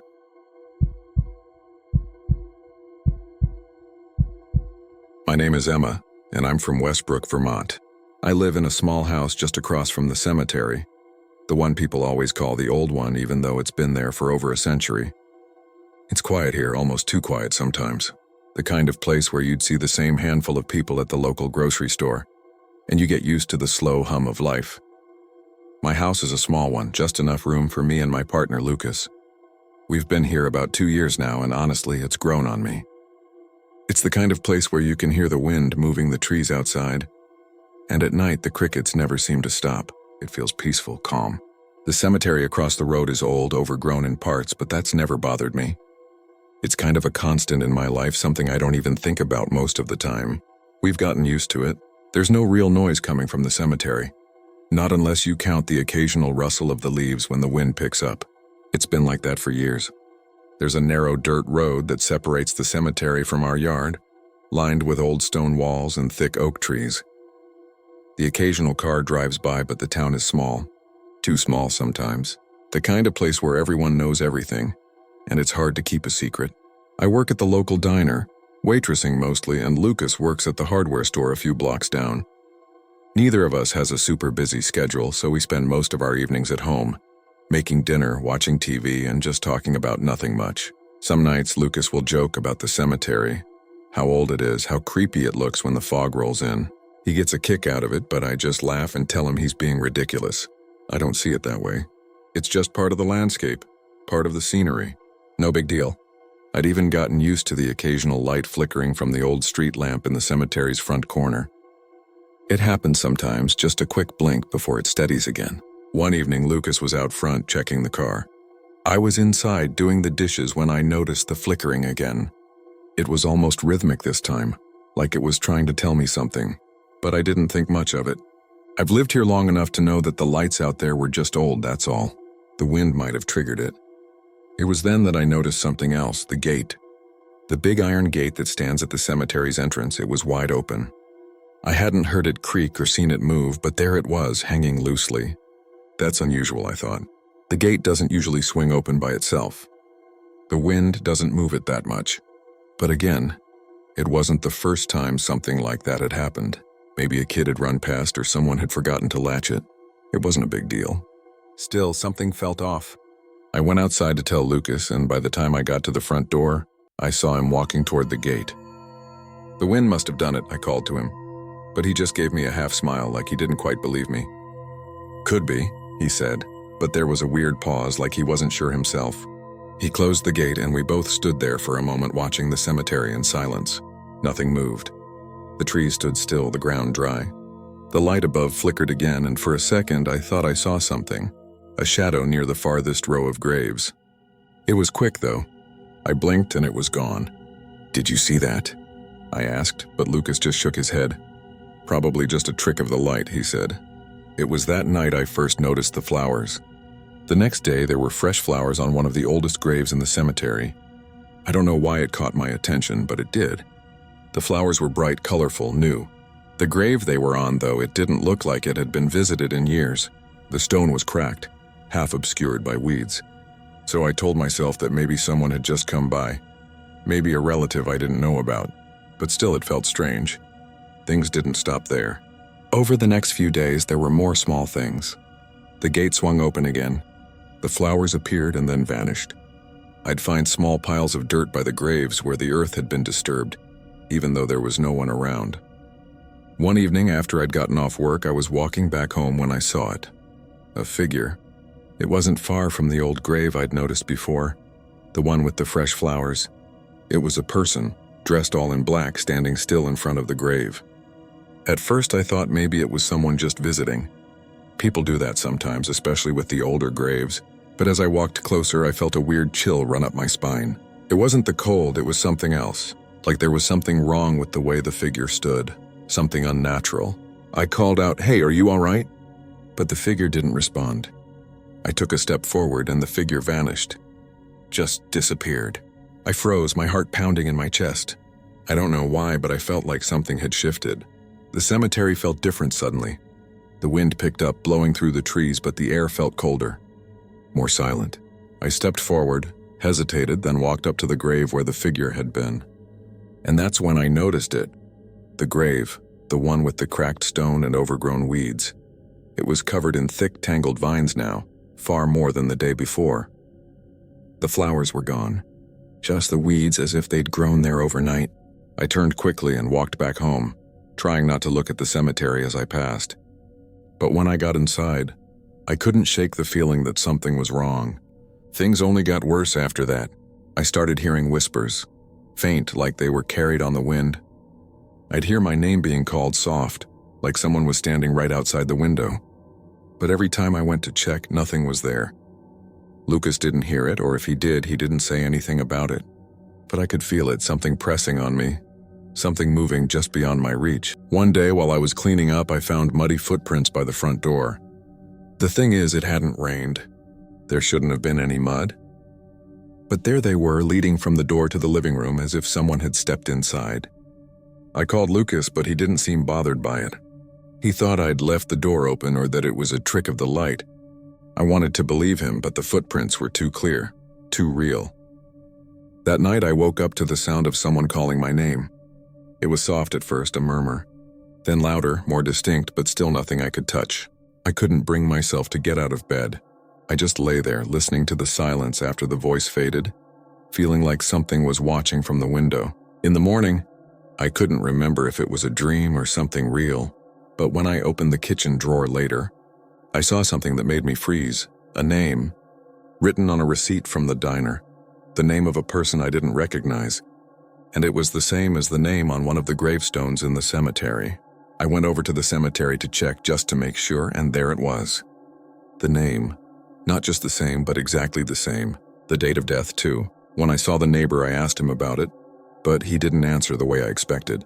He just looked at me, his eyes narrow, and he said, "Those graves aren't what you think they are." I didn't ask him what he meant. I didn't want to know. I don't know what's happening or if I'm just losing my mind, but I keep seeing things, hearing things. I still keep the porch light on, facing the stones.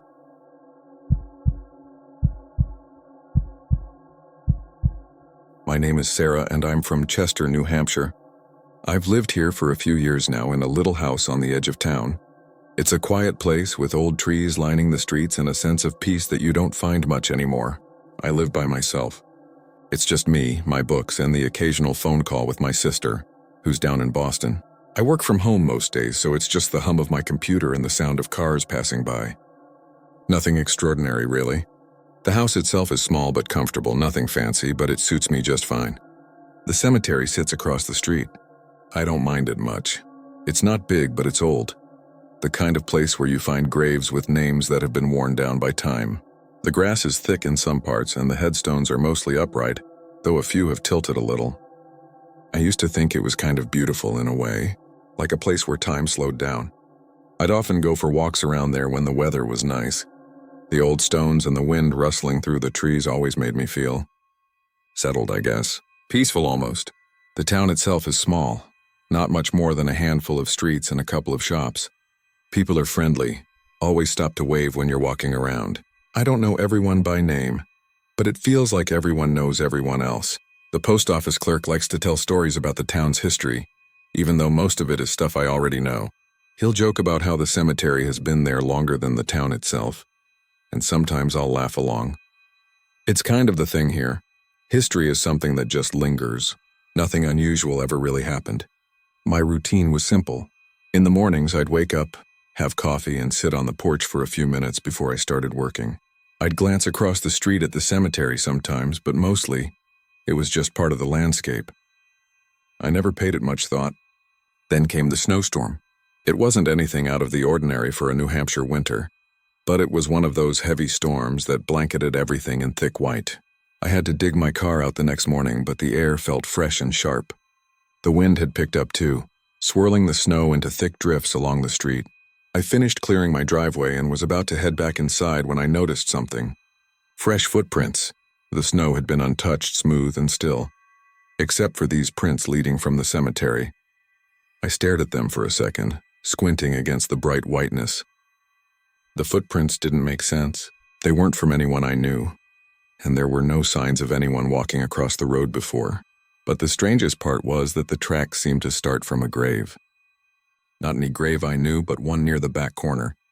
I'm not sure why I even noticed it then. I'd passed by that spot 100 times. But today it stood out. The footprints led from the grave and out into the road where they just stopped. I shook it off at first. The wind had to have blown them in from somewhere, or maybe some animal had crossed through. I'd heard about animals wandering into cemeteries, sniffing around the stones, looking for food. Still, there was something about the way the prints stopped that felt wrong. It was too neat, too deliberate. Like someone had stepped out of that grave and then just vanished. Later that day, I ran into my neighbor, Mrs. Porter. She's lived across the street for years and she tends to keep to herself, but I figured I'd mention the footprints to her. She wasn't one for small talk, so I was a little surprised when she gave me a strange look when I brought it up. "I didn't see anything," she said, her voice low, like she was trying to avoid something. I asked her if she'd seen anyone walking around the cemetery the night before, but she just shook her head and muttered something about the snow being heavy.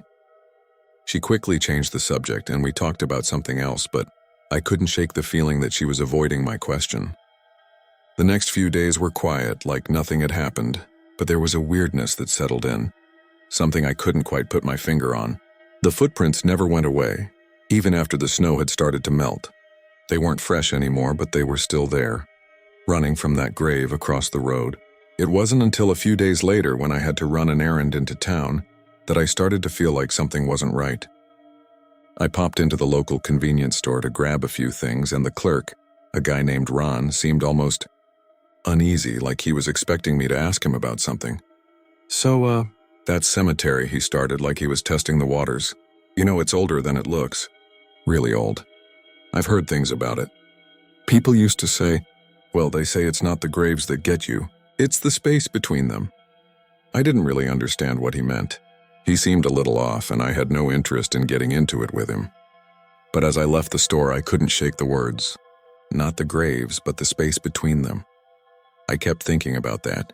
What did that mean? That night, I decided to go back over to the cemetery, even though I'd been avoiding it. The air was still and everything felt too quiet. I stood at the edge of the road, looking across at the grave where the footprints had started. I don't know what I was expecting, but when I looked closer, I saw something I hadn't noticed before. The gravestone had a name on it, one I didn't recognize. It wasn't an old name, though. It was fresh, newly carved. But there was something strange about it. The name matched a name from one of my personal papers. A name I'd seen before, in a long-forgotten document from when I'd moved in. The air felt different then, like it had shifted, suddenly cold. I turned around to head back inside, but the silence was so thick that I almost expected someone to be standing behind me. A little voice in my head told me to stop, to turn back, but I didn't. I just kept walking. I still don't know why I looked back. I still keep the porch light on, facing the stones.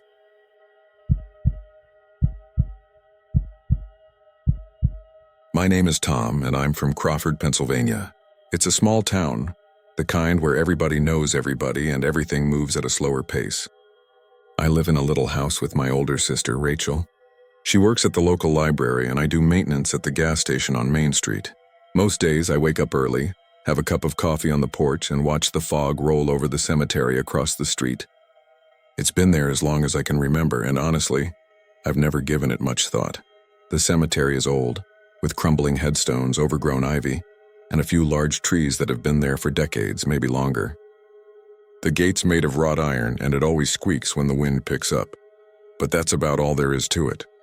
Our house is a few hundred feet from the cemetery, just far enough that we don't get a lot of foot traffic, but close enough that we can see it clearly from the front porch. It's a nice view, actually. I've always liked it. The place is quiet, peaceful even. There's something comforting about the silence there, the sound of gravel crunching underfoot, the wind whispering through the branches, the occasional rustling of leaves. It's always been kind of serene.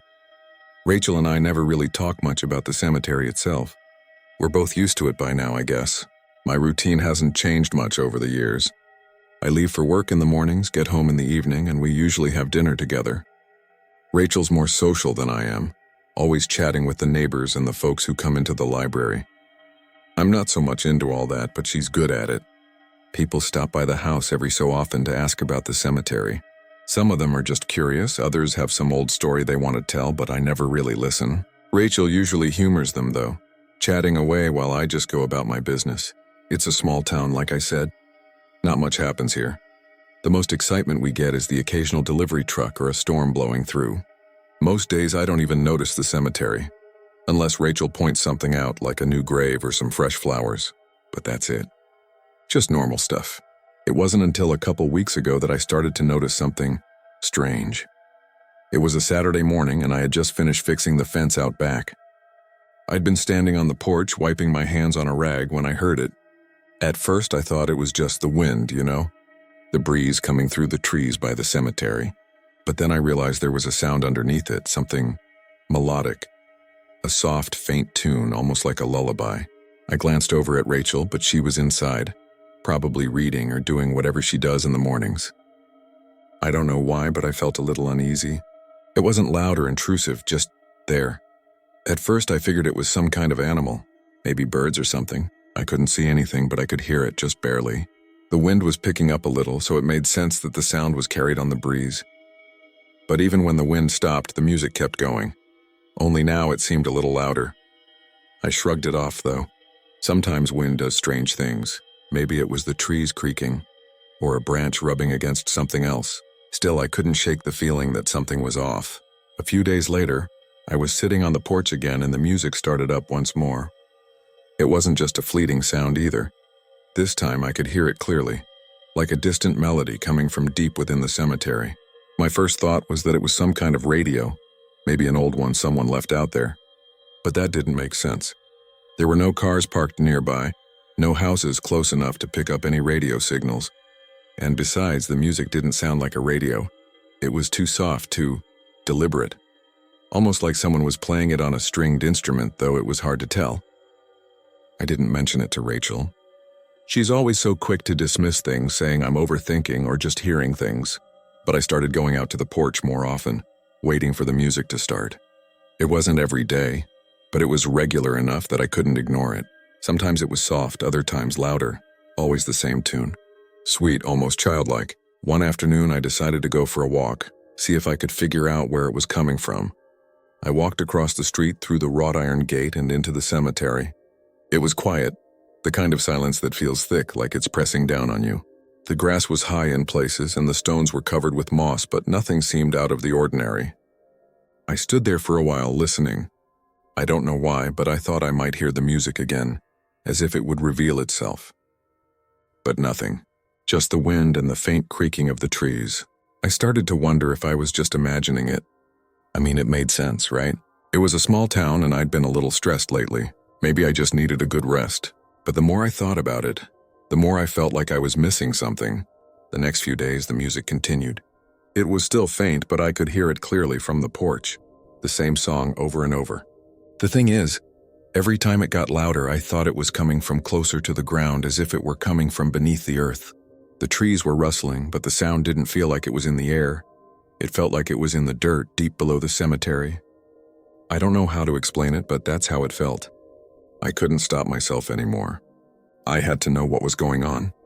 I grabbed a flashlight and went out again, this time walking toward the center of the cemetery where the oldest graves were. The music seemed to be coming from that direction, but I couldn't find a source. I walked around, shining the beam of light on gravestones, but nothing seemed out of place. The wind had picked up and I thought I heard the faintest sound of a voice, but it was so faint, so distant, I couldn't be sure. Then I noticed something. A fresh bouquet of flowers carefully arranged at the foot of a gravestone. It wasn't unusual, I suppose, but I knew for a fact that I hadn't seen them there before. There was something off about the way they were placed, almost too neat, like they'd been set down by someone with a careful hand. I bent closer to look at the stone, and that's when I saw the name. It wasn't one I recognized. It was an old stone, weathered by time, but the name was clear enough: Eliza Montgomery. I couldn't remember ever seeing that name before, but I didn't think much of it at the time. I figured it was probably just an older grave, maybe one I hadn't paid attention to, but the music kept playing, louder now, almost like it was coming from the ground itself. I couldn't shake the feeling that I was standing on something I shouldn't be. That night, Rachel was making dinner, and I was sitting at the kitchen table staring out the window at the cemetery. I don't know why, but I felt like I had to say something, so I mentioned the flowers. "Have you ever seen that name before?" I asked, trying to sound casual. What name?" she replied, not even looking up from the stove. "Eliza Montgomery." "Over by the big tree," I said, a little more pointedly. Rachel glanced over at me, then back to the stove. "I don't think so." "Why?" "I don't know." I stopped myself. There was no point in explaining. She wouldn't believe me anyway. "Maybe you're just seeing things," she said with a shrug. "It's an old cemetery, Tom. People put flowers on graves all the time." I didn't argue. She was right, of course. It was just flowers. It was just a name. And yet something about it kept nagging at me, like I was missing something, like I hadn't put the pieces together. A couple days later, I ran into old Mrs. Delaney at the corner store. She's lived in Crawford longer than anyone, and she's always talking about the history of the town. So I asked her about the cemetery, about the names on the gravestones. Mrs. Delaney's face went pale when I mentioned Eliza Montgomery. She didn't say anything at first, just stared at me for a long moment, and then she said, "Those graves aren't what you think they are." I didn't ask her to explain. I just thanked her and left. I still keep the porch light on, facing the stones.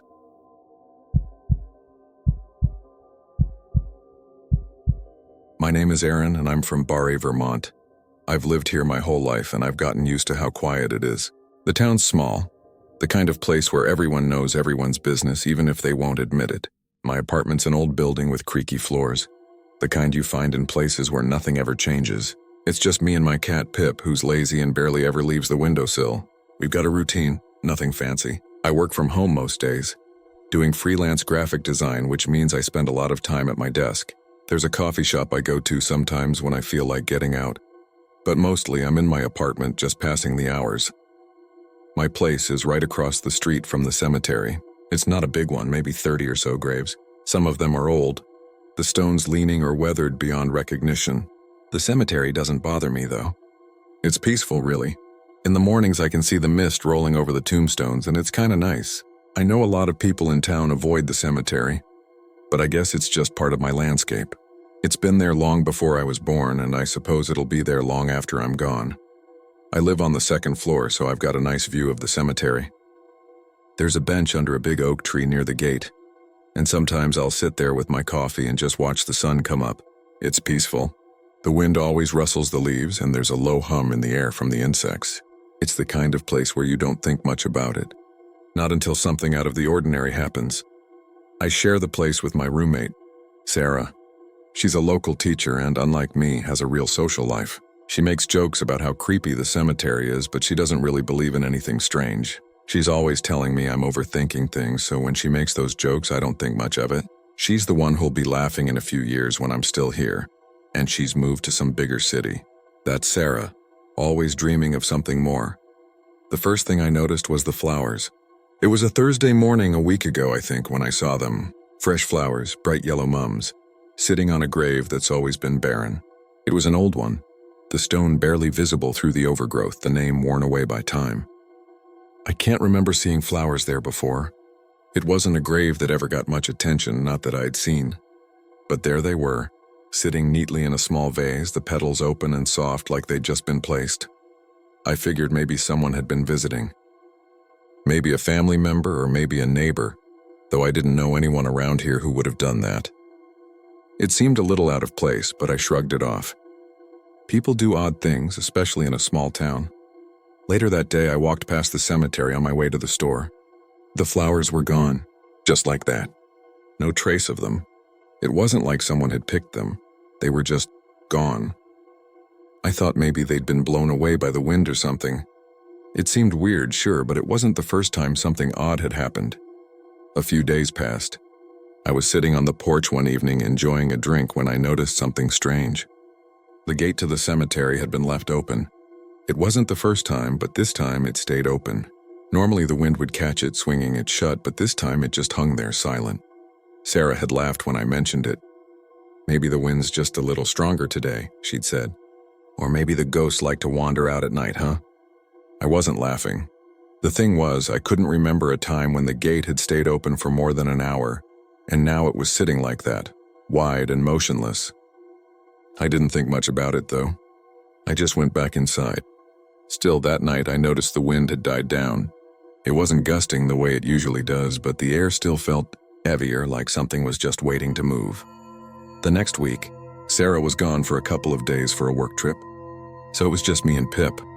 I was sitting at my desk late one night working through some design sketches when I heard it, a faint sound like footsteps on gravel. I turned around. Nothing. I pulled the curtain back slightly and looked across the street. The cemetery was empty, just the usual moonlight casting long shadows. Still, the sound had been real, or at least it felt real. I thought maybe it was a car, but there wasn't any noise, no engine rumbling.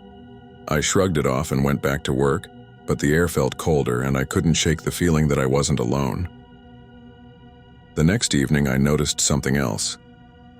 There were muddy footprints on the floor of the hallway. Just a few. They didn't lead anywhere. I thought maybe I'd tracked them in myself, but I hadn't been outside at all. It wasn't like I'd been walking in mud anyway. The floor was clean except for those marks. I wiped them up, but later that night I noticed the door to the porch was slightly ajar. I know I'd locked it. I always do. It's one of those things you don't think about until you notice it. The door wasn't wide open, but it was enough for me to feel uneasy. I closed it and locked it again. Sarah came back the next day and I mentioned the door being open. "Must have been the wind," she said, walking past me, not even bothering to look outside. "Honestly, you're always on edge about something." But it was more than just a door. It was the things that didn't add up. The whispers I heard soft and far away. I couldn't make out the words, but I knew they were there. I began hearing them at night when the house was quiet, when the wind wasn't even moving the trees. At first I thought I was just imagining things, but then I heard them again, and they sounded too real to ignore. One morning, I went for a walk through the cemetery, just to clear my head. I walked along the back row of graves where the stones were even older, almost lost to the earth. I don't know why, but I stopped in front of one grave. It was unmarked, just a simple stone with no name, no date. It seemed out of place. I stared at it for a long time. The stone wasn't even worn the way the others were. It was smooth, clean, too new compared to the rest. I don't know why, but I felt like I was supposed to be there, like I was meant to see it, meant to stand there, and then I heard it. A faint sound like breathing. Not from the air, but from below, beneath the earth. It was too quiet to make out, but it was there. I froze. The ground didn't feel solid beneath me. It felt soft, like something was shifting underneath. I don't know how long I stood there. I don't know what made me walk away. But I did. When I got home, I didn't feel right. It was like something had followed me back. I couldn't shake the feeling that it was still there, watching from across the street. The next time I walked by the cemetery, I saw something that made my heart stop. The stone was gone. I don't know who did it or why, but I've never seen that stone again. And sometimes, late at night, when the wind's still, I hear the sound of breathing. Like someone's waiting for me to come back. I still keep the porch light on, facing the stones.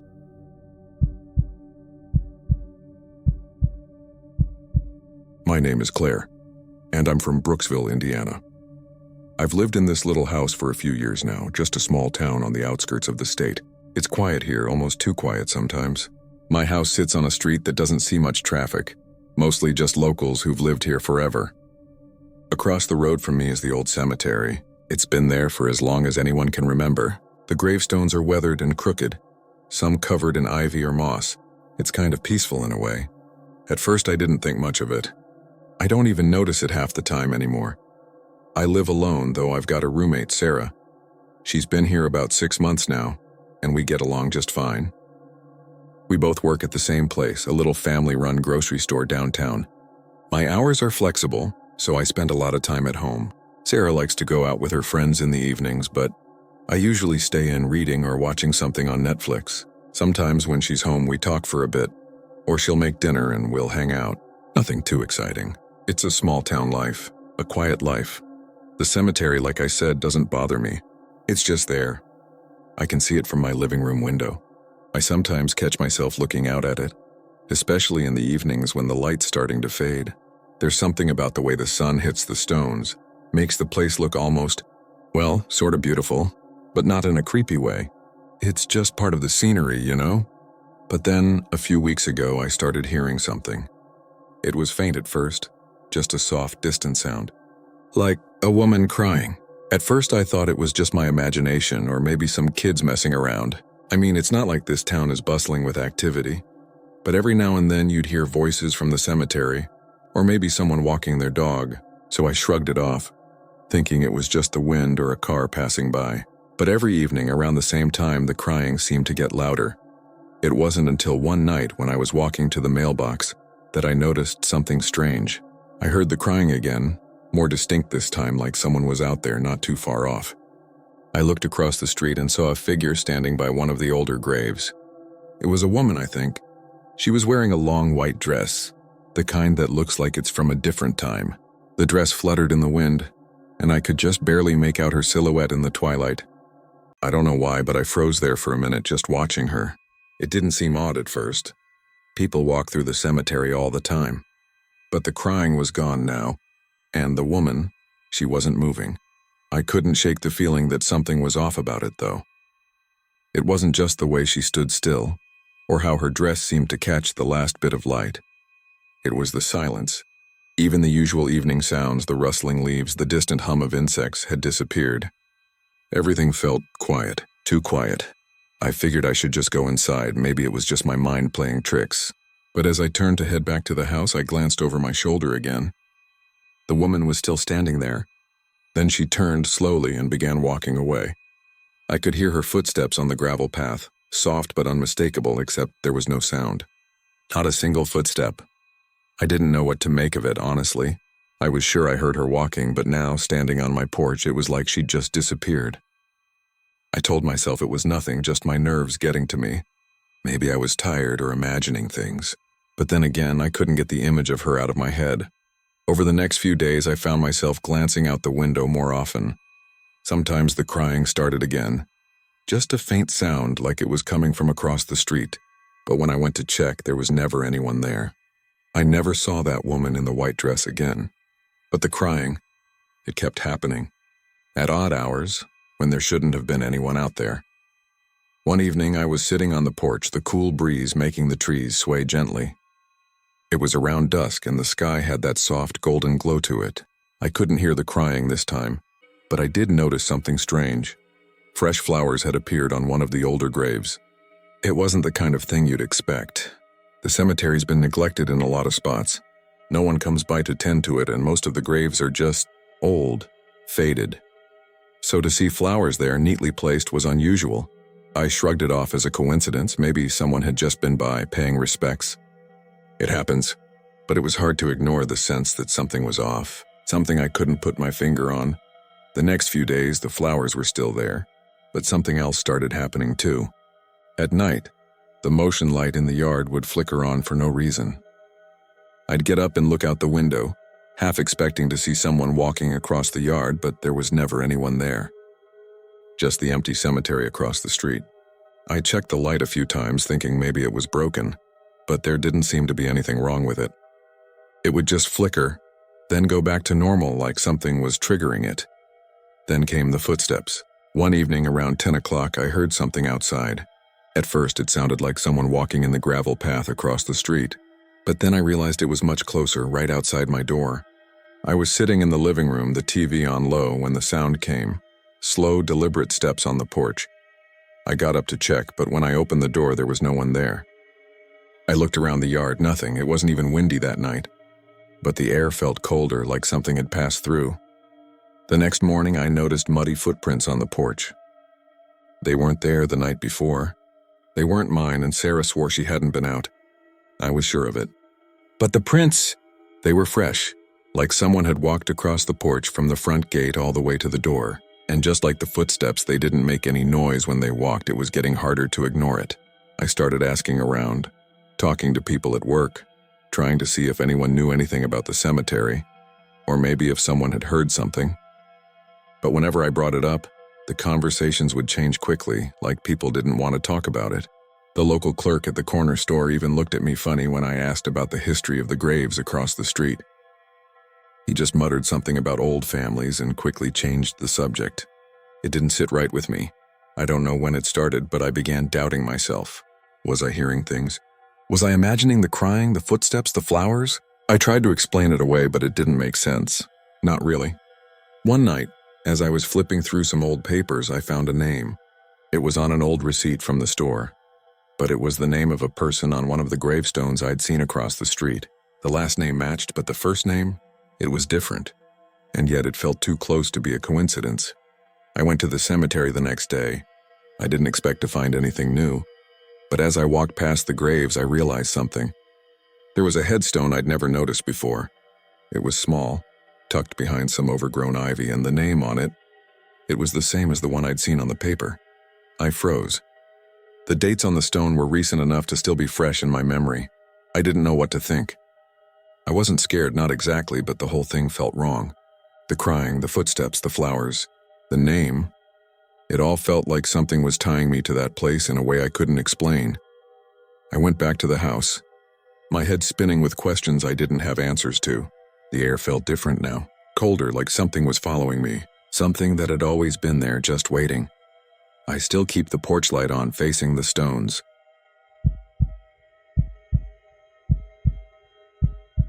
My name is Sam, and I'm from Ashland, Pennsylvania. I've lived here my whole life, though I can't say I'm particularly attached to the town. It's quiet, small, one of those places you drive through if you're not careful, the kind of town where everyone knows everyone, and the streets are dotted with old houses, worn but comfortable. The house I rent is on the outskirts, right across from the cemetery.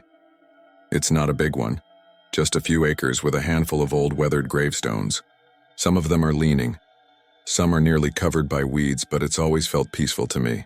The cemetery's there, but it doesn't really feel like it's there, you know? Like it just belongs to the land. A quiet part of the town's history. I live with my roommate, Josh. He's a little younger than me, but we get along fine. He's got his own life, his own routine, and I have mine. We don't talk much about the cemetery, mostly because there's not much to say. We both leave for work at different times. I work as a mechanic at the local shop, fixing whatever needs fixing, while Josh works at the small grocery store downtown. Our schedules don't really overlap. I'm usually home before he is, but we both end up on the porch at night, looking out at the cemetery. Some nights I'll be out there just sitting with a beer, listening to the distant barking of dogs or the occasional car rumbling by. Nothing special. The cemetery, like I said, is peaceful. The stone gates creak a little in the wind, and there's always that distant smell of earth, but it's nothing I haven't grown used to. The breeze picks up in the late afternoon, and the trees sway softly, their shadows stretching across the graves. There's always something calming about the sound of gravel crunching beneath my boots when I walk past, or the way the sunlight seems to fade slowly, stretching out as it dips behind the hills. On warm days, the air smells like grass and damp earth. You can hear the hum of insects in the distance, and if you stand still long enough, the silence feels heavy, but in a good way. One evening, I noticed Josh standing on the porch, staring out at the cemetery. I hadn't thought much of it at the time, but looking back, I suppose that was when things started. He mentioned something about how he'd been hearing footsteps near the gate just a few nights before. He didn't think anything of it, though, just figured it was the wind. He laughed it off like he always does. We joked for a bit about how quiet the town was, how it made everything feel so still. He went inside, and I stayed out for a while longer. It wasn't the first time we'd mentioned the cemetery, but for some reason, that night felt different. A couple of days after that, I was heading home from work when I noticed something strange.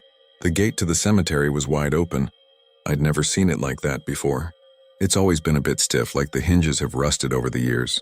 I assumed maybe it was the wind or something, but I couldn't help but feel a little unsettled as I walked past it. The air felt heavier that evening, colder than usual for spring. The kind of chill that creeps up your spine, even though it's not quite cold enough to make you shiver. I didn't tell Josh about it when I got inside, but I did mention it the next time we were sitting on the porch together. He said he didn't notice anything and we moved on to something else. But it wasn't just that. Small things kept happening. Flowers appeared on one of the older graves. A bouquet of fresh daisies sitting neatly at the foot of a stone that hadn't been tended to in years. It was odd, but I figured maybe someone had just come by to leave them. Still, it didn't sit right with me. The cemetery doesn't get many visitors, especially not ones who tend to graves like that. But I shrugged it off, like you do with little things that don't really make sense. It wasn't until I started seeing the shadows that I began to feel uneasy. I was out there walking to the store one evening just before dusk when I noticed something off. The shadows on the ground cast by the gravestones were all wrong. They seemed to move against the setting sun, stretching toward the wrong direction. At first I thought it was just my eyes playing tricks, but as I stopped and watched, I couldn't shake the feeling that the shadows were shifting, not in sync with the fading light.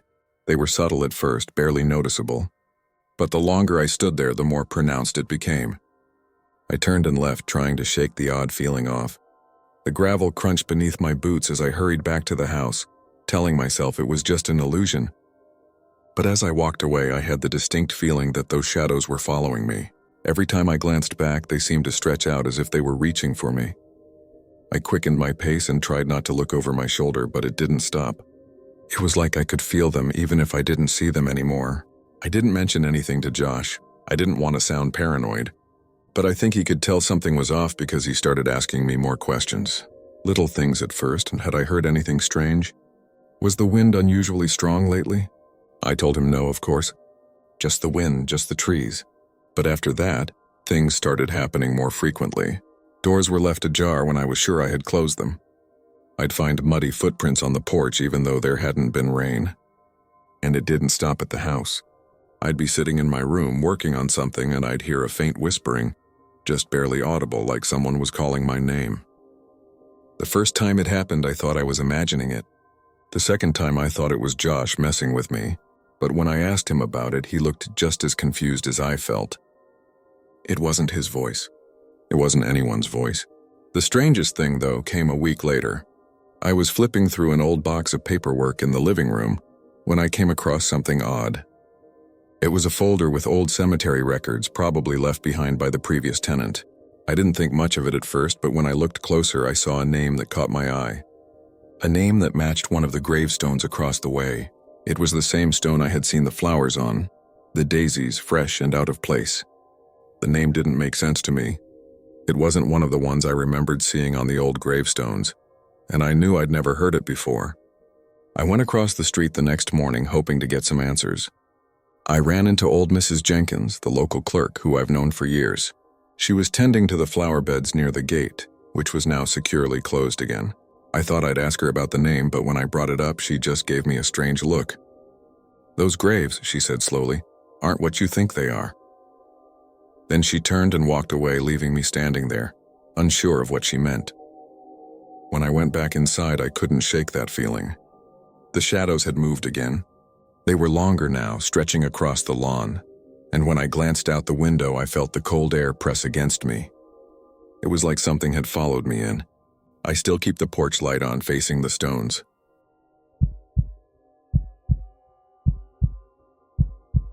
My name is Emily, and I'm from Haverhill, Massachusetts. I moved here about a year ago. It's a quiet town, the kind where everyone knows everyone, the kind of place you'd pass through on your way to somewhere else and never think twice about. The house I rent is a little old, but not in the way you'd expect. It's lived in, if that makes sense. The creaky floors, the draft in the hallway, it's all part of the charm. It sits right across from the cemetery, just across the street. It's a small cemetery, old enough that the gravestones are leaning or cracked in places. Nothing spooky about it, really. It's just a cemetery. I'm sure you know the type, lots of quiet, peaceful space. I live alone, but I've got a roommate named Sarah. She's a few years older than me, works at the local diner. She's the kind of person who always knows the gossip, but I like having her around. She's got this dry humor about her, which I appreciate, especially on those long, quiet nights when nothing's going on. The cemetery's always there, of course. I don't mind it. In fact, when I first moved in, I thought it was kind of calming. I'd sit on the porch watching the wind push through the trees, hearing the occasional dog bark in the distance. It was like the world outside my little house had its own rhythm. It wasn't much, but that was the point. Nothing ever really happened around here. It's not the kind of place where you'd expect things to be strange. There's a corner store a couple blocks down where the guy behind the counter always gives you a nod. The postman's got a lazy smile and the weather's predictable. The wind moves through the trees at the same time every evening, like clockwork. Honestly, I didn't think much of the cemetery when I first moved in. It just seemed like a part of the landscape. Something you'd glance at and then look away from. But there were little things at first. Small enough that I brushed them off. Like how sometimes the gate to the cemetery would be slightly ajar. Not wide open, just enough that you could tell someone or something had pushed it. That happened a few times, but it wasn't anything weird, I told myself. The wind probably did it. It's an old gate after all. Then there was the fresh bouquet of flowers one morning, on a grave that I knew hadn't had anything on it the day before. It wasn't a big deal. People probably left them there at night or early in the morning. But I did catch myself wondering for a second who it was for. Sarah thought I was being a little dramatic when I mentioned it. "It's just a cemetery," she said, waving it off. "Maybe someone's keeping up with their relatives. Or maybe it's the wind, like you said." I didn't argue with her, but there was something about the flowers. It wasn't just that they were there, it was how they were placed. Neat, but not like the other arrangements, almost too perfect, like someone had placed them with care. Time went on, and the little things kept happening. The motion light in my yard would flicker on late at night, even though there was no reason for it. I'd walk across the yard and look toward the cemetery, but there was never anyone around. Still, the light would stay on for a few minutes, long enough for me to think, did I miss something? A couple of weeks later, I was walking home from the store when I noticed something different about the cemetery. It was the sound of the wind. It didn't sound the same. It was almost like it was whispering, but not in a way you could quite pin down. Maybe it was the way the trees moved or how the air felt thick. Either way, it made my skin crawl for no good reason. It was just a breeze, but it felt wrong. I wasn't sure if I was imagining it or if it was the way the light hit the gravestones that day, casting these long, strange shadows. It made everything feel stretched out, like the whole cemetery was trying to reach for me. But I'm not the type to get spooked by things like that, so I ignored it. That night, after dinner, I sat on the porch like I usually do. Sarah was inside, probably watching something on TV. I noticed a small portrait attached to a gravestone near the far end of the cemetery. I don't know why I hadn't noticed it before. It was a tiny thing, maybe 4 by 6 inches, framed in old chipped wood. It was so out of place, so small compared to the other gravestones around it. But it wasn't the size that caught my attention. It was the face. I walked over to take a closer look. It was a portrait of a woman, but something about the eyes made me feel uneasy. I couldn't quite explain it. It was like she was looking directly at me. I blinked and stepped back. It wasn't anything strange, just a painted portrait, you know? But when I moved, I could have sworn her eyes followed me. I laughed to myself, trying to shake off the thought. "Just the light," I muttered, trying to convince myself. But as I turned to walk away, I heard a soft rustling behind me. It sounded like the portrait shifting, like someone was adjusting it. But when I glanced back, it was still there, perfectly still.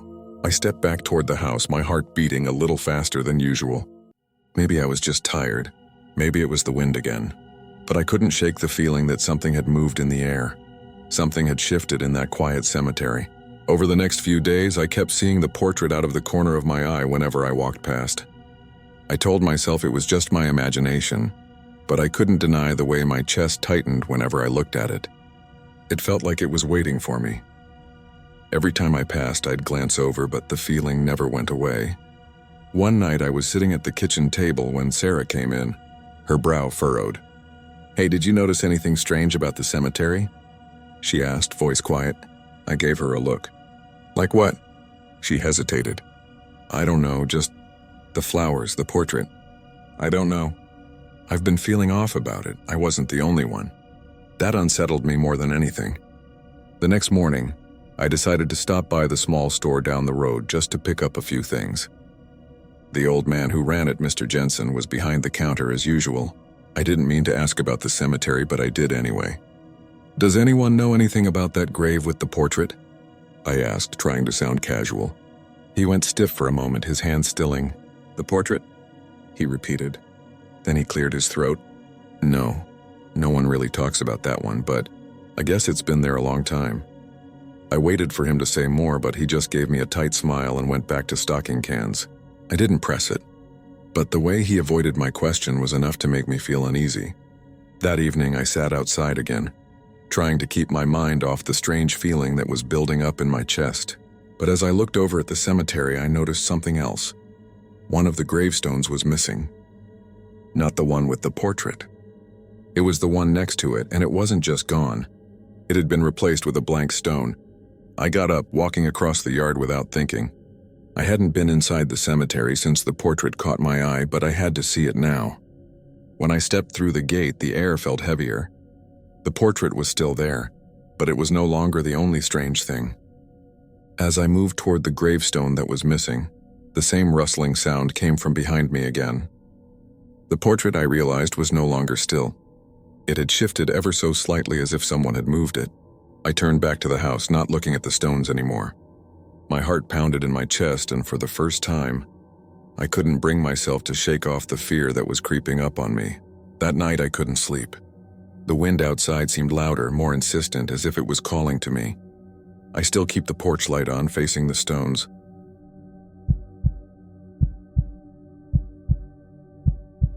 My name is Brian, and I'm from Potawatomi, Kansas. It's a small town, one of those places where everyone knows everyone else and not much changes. The streets are quiet, the houses are mostly old, and there's a lot of farmland around. I've lived here most of my life, and I honestly can't imagine being anywhere else. I've got a small place on the edge of town, just a little house with a front porch that faces the cemetery. The cemetery's been there forever. I can see it from my living room window, and at first I didn't even think much about it. The cemetery's old, overgrown in places. It doesn't look well kept, but that's kind of the charm of it, I guess. There's a gate, rusty from years of neglect, but it still works. The stones are weathered, most of the names on them barely legible. It's peaceful in a way.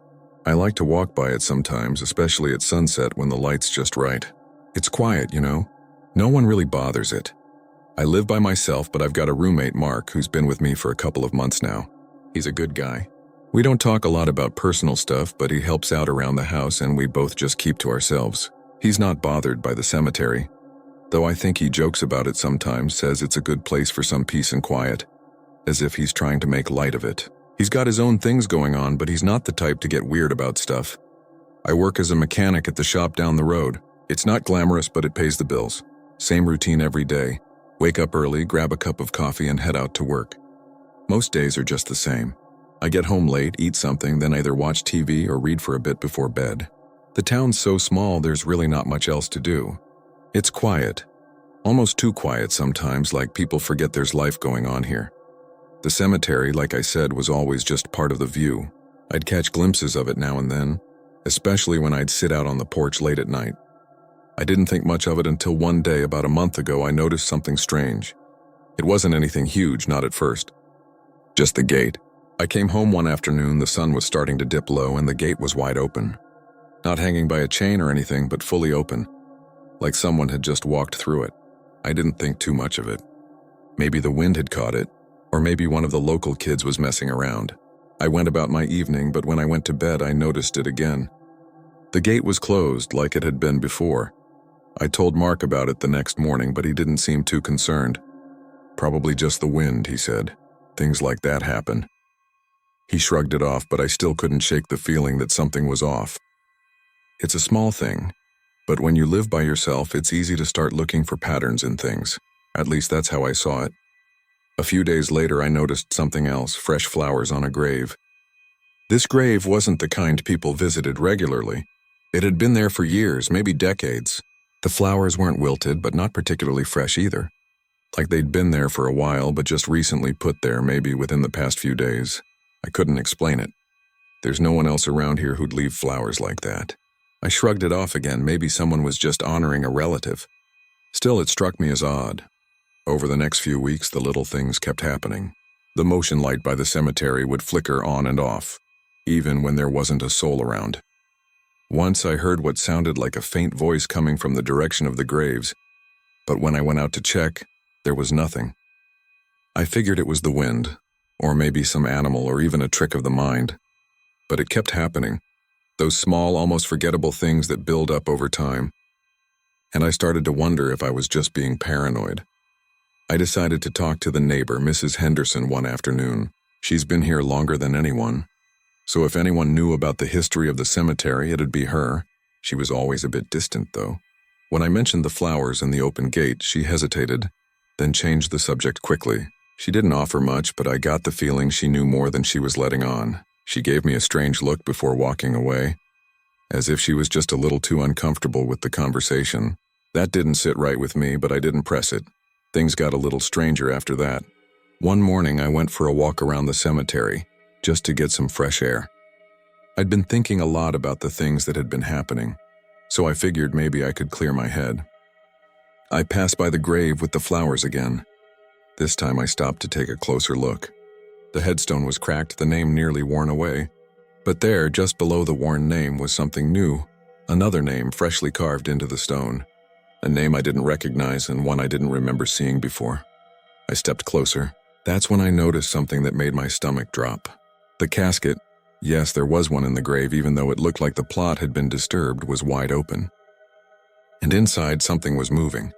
Not just the wind, not just the shifting of dirt. It was a body. I could see it moving like it was trying to push itself out of the casket.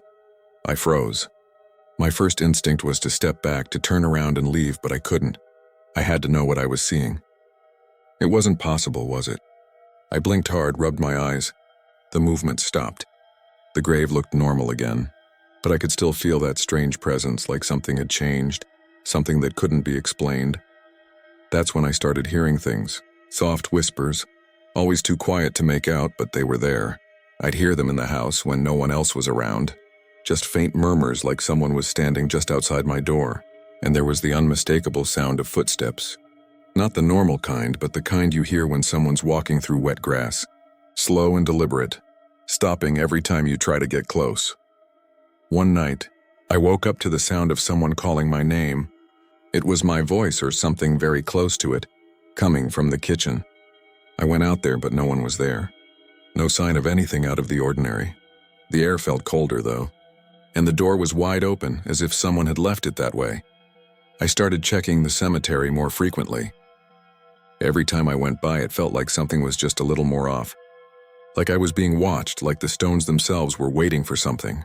The flowers would come back only to vanish again. The gate would swing open even when the wind wasn't blowing. It was always small, these things, but they added up one by one. Then last night I found something I hadn't seen before. An old record, tucked inside a box of papers at the local store. It wasn't meant to be there, not really.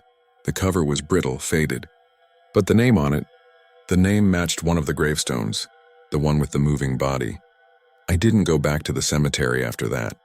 It was like something had crossed a line. I can still hear the whispers even now, though. And the strange thing, I can't tell if it's coming from outside or if it's just inside my head. I still keep the porch light on, facing the stones.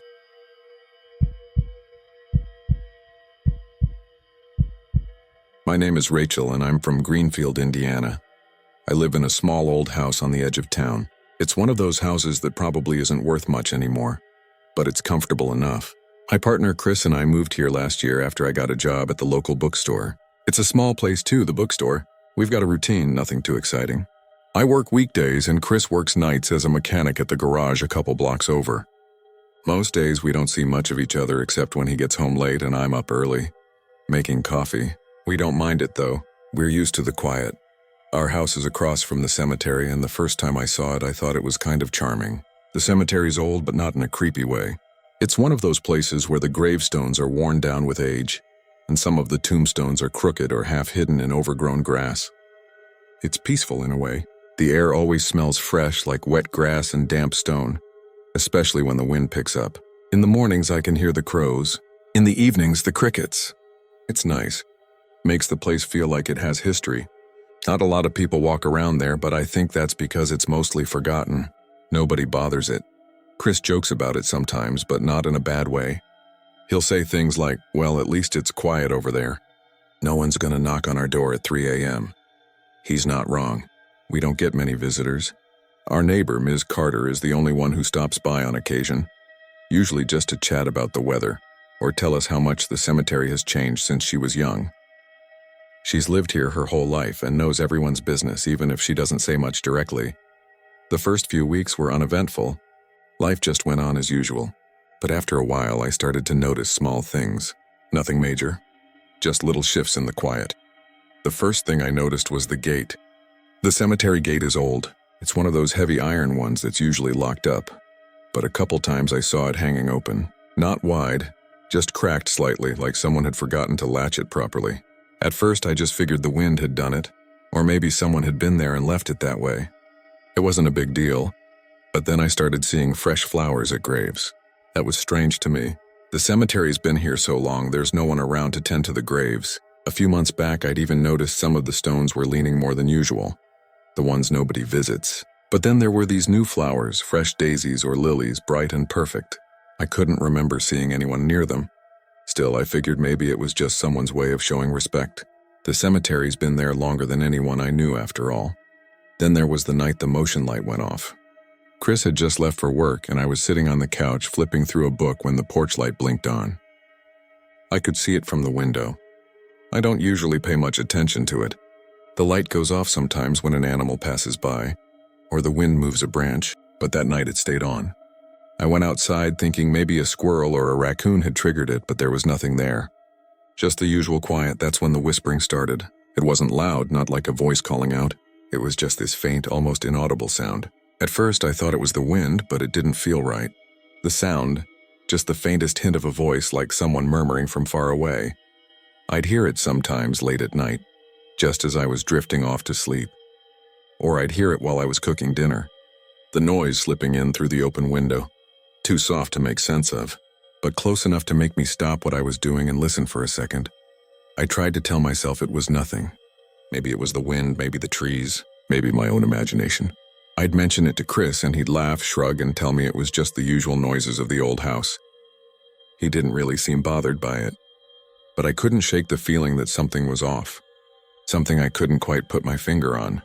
It wasn't until a week later that I saw the statue. I had taken a walk through the cemetery one afternoon.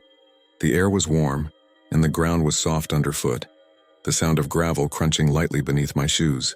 It's always quiet there, especially when the cemetery's empty.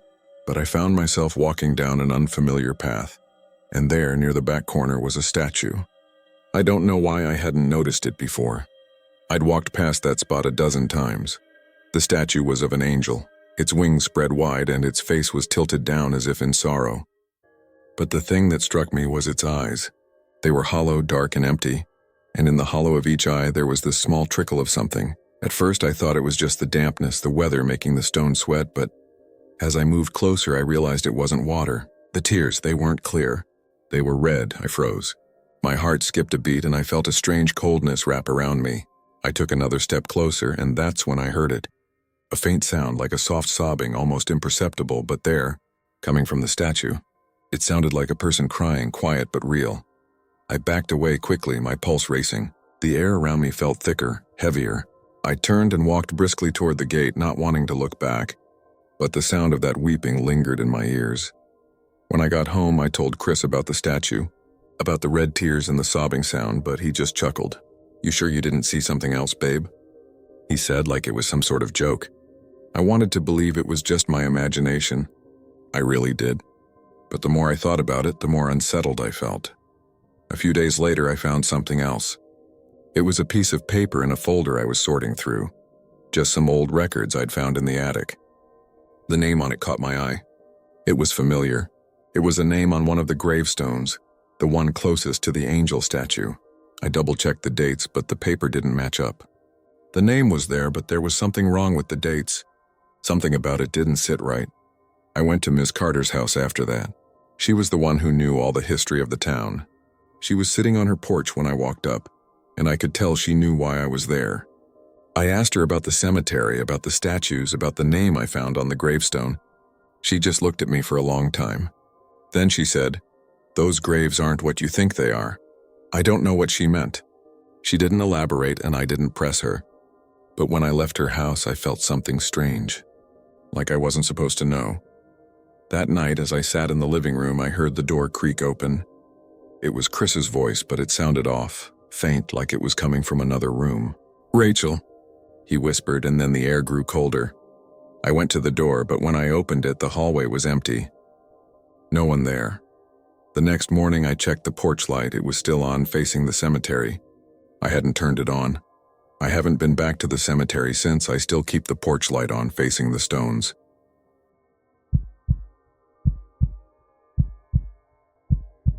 My name is Sam, and I'm from Derry, Pennsylvania. I live in a small house just outside of town, not too far from the cemetery. It's quiet here. I work at the local hardware store, so my days are mostly spent stocking shelves and helping customers. The place isn't big, just a few aisles, but it's steady. You get the same folks, the same routine. I like it that way. I don't mind the repetitive nature of it. In fact, I like knowing what to expect. My girlfriend Emma and I share the house. She's an artist. She spends most of her days at home painting or sketching. She jokes about how the cemetery across the street gives her a lot of inspiration. I don't get it myself, but I guess that's her thing. It's a small cemetery, old with more than a few broken tombstones.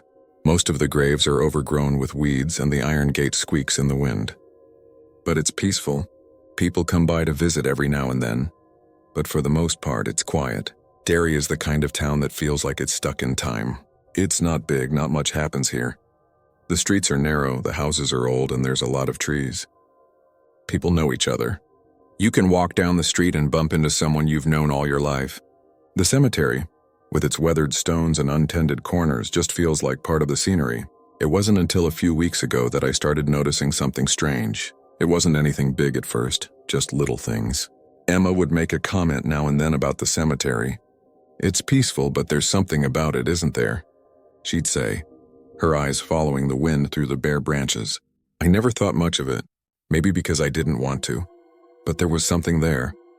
Something that felt off. Not enough to be obvious, but enough to stick in your mind. It started with the gate. One evening I came home from work and found it wide open. Now the thing is, the gate is always a little tricky. It sticks, so I'd never leave it open like that. Emma was inside, painting, and didn't hear it. I thought maybe it was the wind, or maybe I'd just forgotten to close it earlier. But I made sure to lock it that night, and the next morning it was open again. I didn't say anything to Emma at first. I figured I was just imagining things, you know? The wind, maybe. It happens. But then there were the flowers. They appeared on an old grave, one of the ones in the back corner, the kind you almost forget about. They weren't there the day before. Fresh ones, too. Bright yellow, the kind that don't really belong in a place like that. I figured maybe someone else had come by and left them. But when I checked the next morning, they were still there.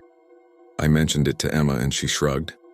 "People visit cemeteries all the time," she said, not looking up from her sketchbook. Maybe someone's grandmother or something. Could be nothing. She's right, I guess. It didn't mean anything. But it felt like it did. I just couldn't shake it. A few days later, I was sitting on the porch after dinner when I heard something. At first, I thought it was just the wind. But then it came again. A soft sound like someone talking, but too faint to make out. It didn't make sense, though. There wasn't anyone out there. I looked at the cemetery. Nothing, no movement. Probably just the wind, I muttered to myself. But the thing is, the wind doesn't talk. Not like that. I let it go, or at least I tried. The next few days were calm. But then I saw something that I couldn't explain. I was walking past the cemetery on my way to the store, and I saw something glinting in the grass by one of the stones. A watch. Old. Broken. I remember thinking it looked like it had been there a while. Rusted and scratched. Its face cracked. But something about it made me stop. I bent down and picked it up. It was heavy in my hand, like it had weight beyond its size. I turned it over, and for a moment I thought I saw something. Maybe just a shadow on the glass. But when I checked, there was nothing. I wasn't sure what I expected to find, but it felt strange. Like it was wrong to even touch it. And then, as if to prove that I was imagining it, the watch ticked. Just once, and then again. The time was wrong. It was stuck at 12:47, exactly the time I'd arrived at the cemetery. I don't know why I didn't say anything to Emma. I think part of me was hoping it was just a coincidence. But that night after I'd set the watch down, I couldn't stop thinking about it. The ticking, the way the hands had moved, just for a moment. It wasn't like any watch I'd ever seen before. Not the way it ticked, not the way it felt. It was like something was waiting for me to pick it up. I didn't tell Emma. But I noticed her looking out the window toward the cemetery again, and she asked if I'd been over there recently. I nodded, but I didn't tell her why I'd gone. It didn't feel right. The next week, I went to see a neighbor, an older woman named Margaret. She'd lived in Derry for years and knew everything about the town. I don't know why, but I asked her about the cemetery. I figured she'd know something about its history. "Well," she said slowly, "that cemetery's been here for a long time. People don't visit much anymore, but it's been around for generations." She stopped as if she was thinking carefully about her words. "The thing is, you can't always trust what you see there." She said it like she didn't want to say it. And then she changed the subject like she hadn't said anything at all. I didn't ask any more questions. But now I couldn't stop thinking about it. I'd find myself staring at the stones in the evening, waiting for something. For anything. The door started to feel like it was always just barely latched. The house felt colder too, like there was a breeze I couldn't feel. And I started to hear things. Footsteps in the hallway when no one was there. A soft rustling behind me when I was alone. It was subtle, but it was there. I don't know when it started to feel like it wasn't just the wind, but I knew it then. One night after I'd been in bed for hours, I heard a voice. Quiet but clear. "Sam." It wasn't Emma. I checked the clock. It was 12:47. I don't know if I was still asleep or not, but it was real. I've been thinking about it more and more. The flowers, the gate, the voice, the watch, the time, and Margaret's words. "You can't always trust what you see there." I don't know what's happening, but I know I can't shake the feeling that whatever it is, it's getting closer. I still keep the porch light on, facing the stones.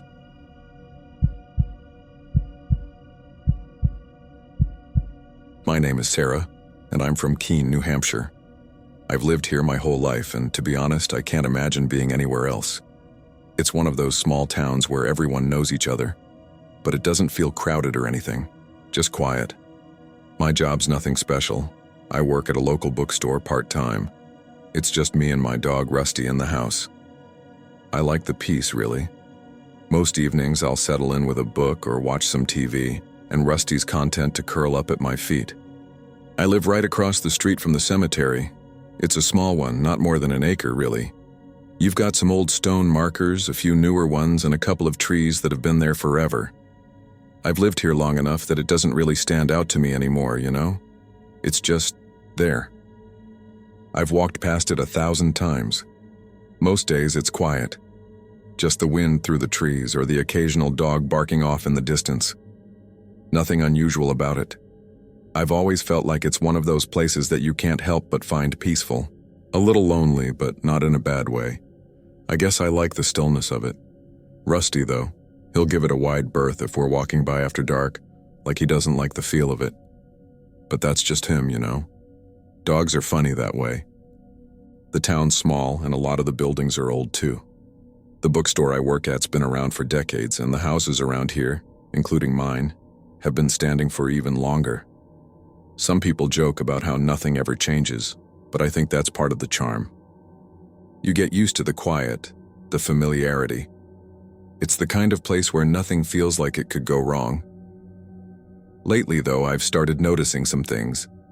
Small things.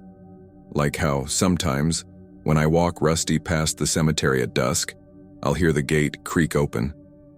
I'm sure it's just the wind, right? The iron's old and it's been leaning for years. Still, it's weird, but like I said, it's just small stuff. It's not like I'm scared of it or anything. I've lived here too long to be scared of a little wind. Then there's the flowers. I don't know why, but there's this one grave that always has fresh flowers on it. It's an old one, the stone's cracked, and the name's hard to read. But every time I walk by, there's always a fresh bouquet sitting there. The weird thing is I never see anyone leave them. I've asked around, but no one seems to know anything about it.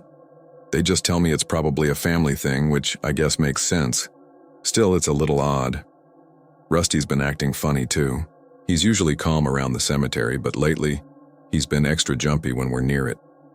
A few times I've had to drag him past the gate because he'll start growling or whining, and I don't know why.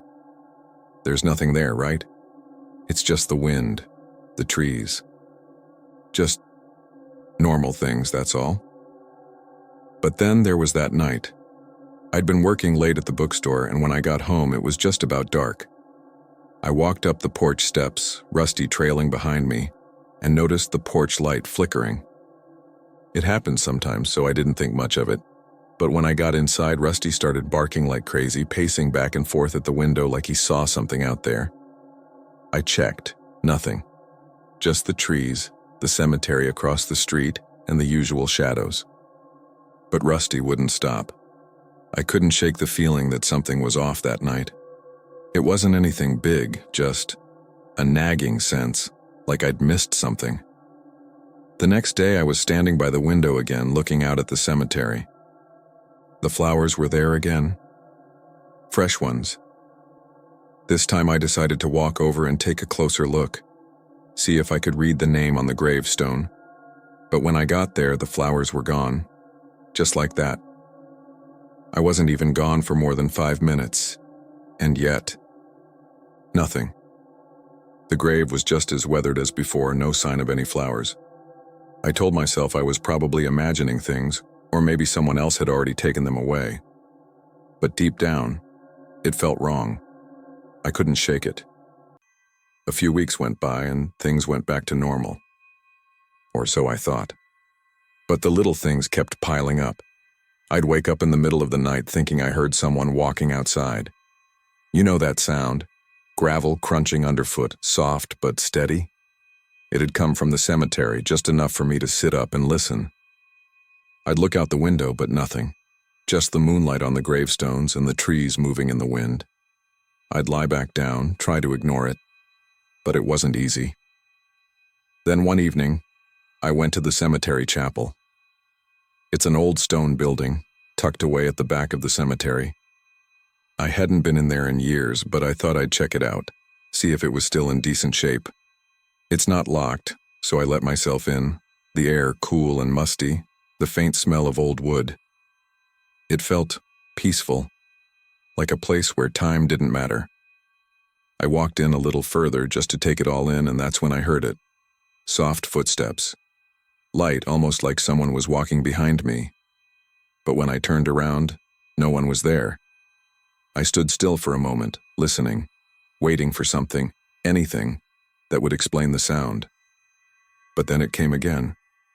Step, step, step. It circled me, like whoever it was walking around the chapel, just out of sight. My heart started beating faster, but I told myself it was just the wind. Maybe it was just an echo from outside, that's all. I stood there for what felt like a long time, listening. The footsteps never stopped. They just kept circling, walking, stopping and starting, as if the person was waiting for me to do something. But no one appeared. I stayed in the chapel, listening, for a long while after that. But when I finally left, I didn't look back. I haven't been back to that chapel since. The last few days, I've noticed muddy footprints on my porch. Just a few smudges, not enough to track them to the door. But they're there. I don't know who they belong to. Rusty's been extra nervous too. He growls at nothing, looking toward the cemetery like he's seeing something I can't. I'm not sure what it all means. Maybe I'm imagining it. But last night I checked the local records. I wanted to know who had been buried in the cemetery, you know? Just out of curiosity. I found a name that caught my eye, someone who died a long time ago. I went to look at the grave, and when I got there, the stone was different. The name, the dates, they didn't match what I had seen the night before. Not every burial is about death.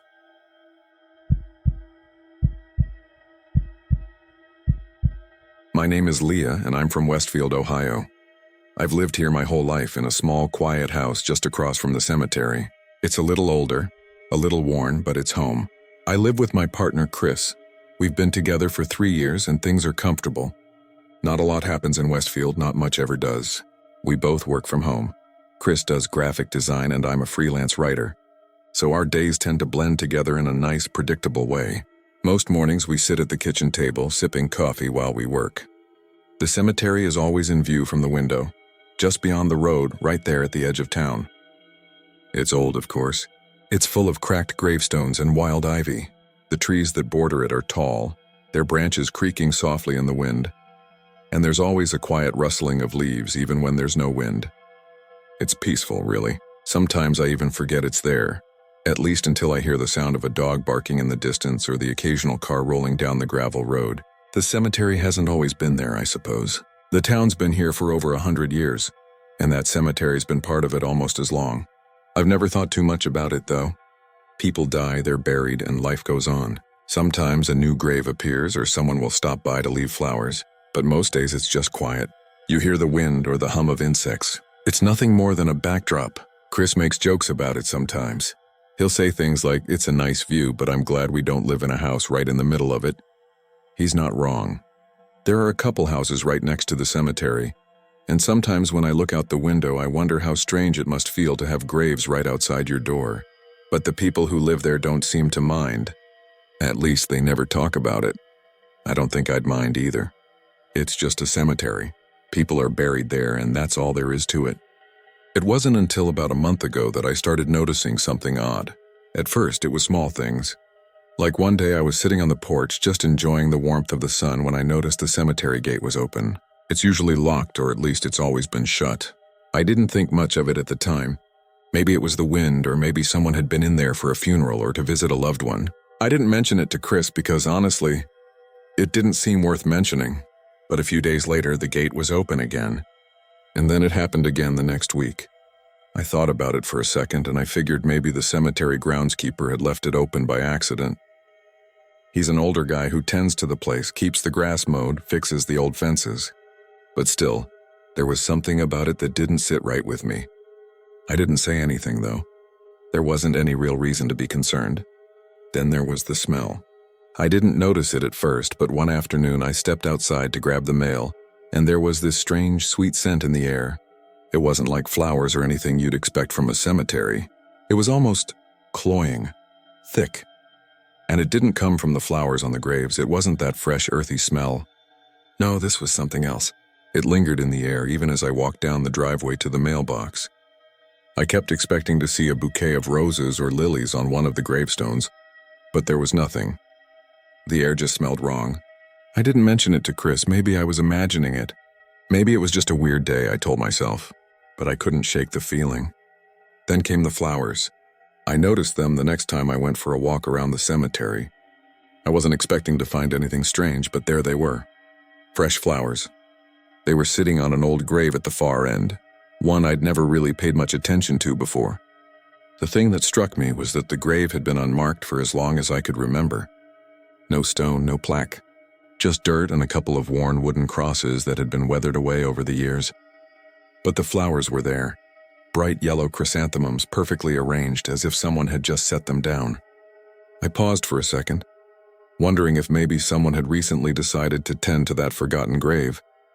But no one had. It was strange, though.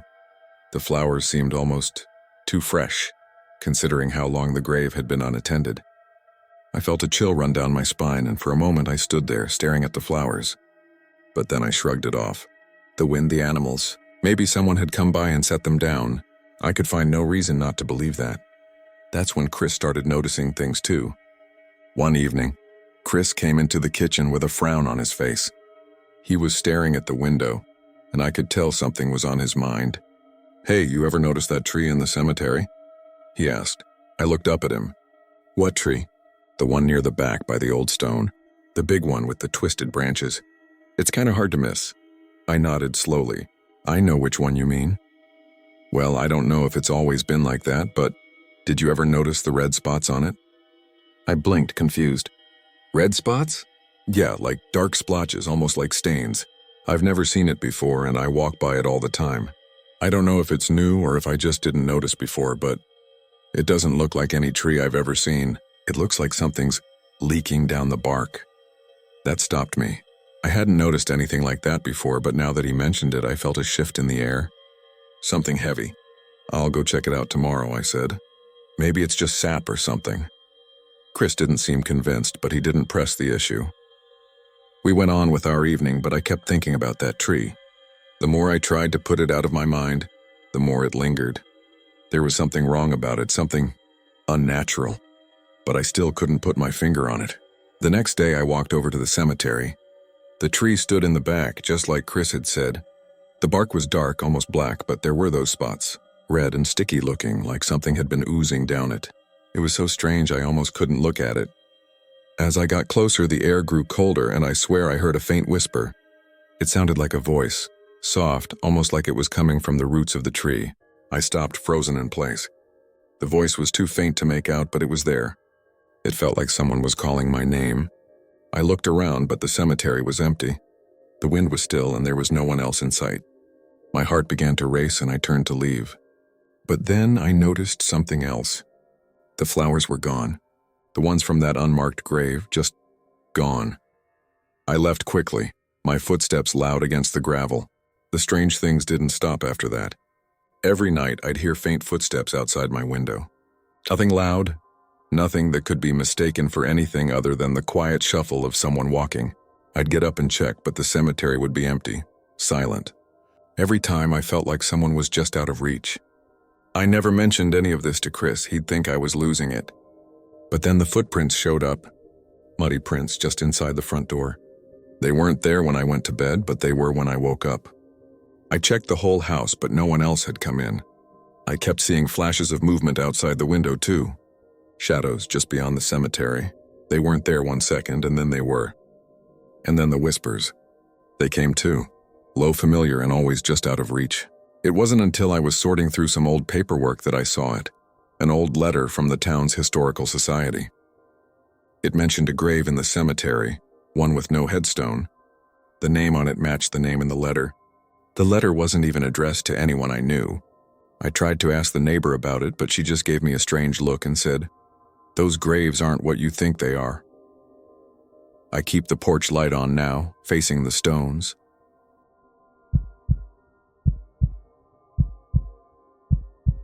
My name is Sam, and I'm from a little town called Pine Ridge down in southern Missouri. I live in a small old house right across from the cemetery. It's not a big one, just a few rows of worn gravestones, mostly from the 1800s. The house is a bit drafty, but it has a cozy feel to it, you know? Nothing fancy, just a couple of rooms, a kitchen with some outdated appliances, and a small living room. I work at the local hardware store. It's a quiet job, mostly stocking shelves and helping folks with DIY projects. There's not a lot going on in Pine Ridge, but it's fine. I don't mind the slow pace. I've gotten used to the rhythm of it, the way the days feel like they stretch out, all calm and familiar. I live with my sister Clara. She's a bit younger than me and works at the bakery down the street. She likes to complain about the lack of excitement around here, but I think she likes it deep down. We've both been living here our whole lives. The cemetery, well, it's always been there. We don't really talk about it much, but we pass by it every day. It's quiet, kind of peaceful, really. People put flowers down sometimes, but other than that, not much happens. There's an old gate, metal and rusted, that leads into it, but it's usually closed. The trees surrounding it are tall, and you can hear the wind rustling through the leaves if you're quiet enough. That's about all. The town itself is small, like I said, and old. The main street has a few shops, a diner that doesn't really get much business, and a gas station. Everyone knows everyone, which can be nice, but sometimes it's a little too much. You get the feeling people are always watching, even if they don't say much. I guess I've always been used to the cemetery being there. It's just part of the landscape. Most nights after work, I walk around it a little. It's a habit. Clara laughs at me for it, says I'm being morbid, but I don't mind the quiet. Sometimes I stop at a particular grave, the one with the old stone and the name faded. No one ever visits it. I don't know why, but it always catches my eye. I'm not scared, though. Just curious, I suppose. But lately, things have felt off. I can't explain it. It's not anything specific at first, just little things. I noticed the gate a few weeks ago. One evening when I was out walking. It was slightly open, like it had been pushed or pulled, but not all the way. I thought maybe the wind had done it. I mean, the weather can get pretty rough around here sometimes. But it stayed like that for a couple of days, and that seemed weird to me. Then there were the flowers. They appeared on that same gravestone I mentioned before, the one that always seemed so forgotten. It was just a small bouquet, nothing too fancy. I thought maybe it was just someone from the town who had dropped them off. But when I looked closer, I noticed something strange. The flowers were fresh. They hadn't been there the day before, I was sure of it. But who would have put them there and why? I told Clara about it, and she just laughed. "You're overthinking it, Sam," she said. "Maybe it's just some random person passing through." But I didn't buy that. I know everyone who comes through this town, and I hadn't seen anyone new around. So I figured maybe I was just imagining things. But it didn't stop there. The next time I walked by, I noticed something else. The motion sensor light by the cemetery's entrance triggered on, but there was no one around. The bulb flickered, casting long shadows on the gravestones. I thought I must have just missed something, like an animal or a breeze, but the light stayed on for a while and I had to walk past it twice before it finally turned off. It felt wrong, but I didn't want to think too much about it. Then one night I was sitting on the porch and I heard something, a voice. At first I thought it was just the wind or maybe a neighbor talking, but it was too clear. It sounded like my name. Sam, just one word, whispered, and then nothing. It sent a shiver down my spine. I looked around, but there was no one.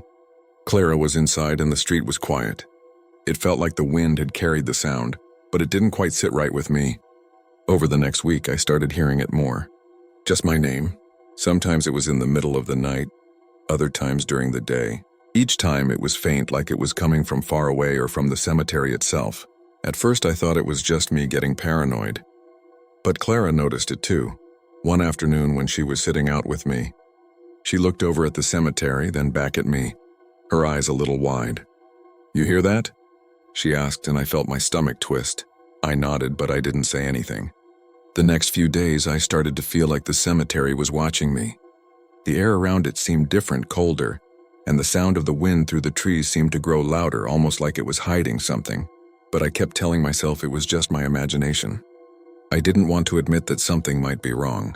Things got weirder when I started noticing missing records at the hardware store. I know that sounds strange, but hear me out. We keep a log of everything we sell, all the supplies and who buys them. I started noticing entries that were missing or incomplete. Names, dates, even the timestamps were off. When I asked the others at the store if they noticed anything, they just shrugged it off. But it felt like something was out of place. And then there was the night I went for a walk by myself.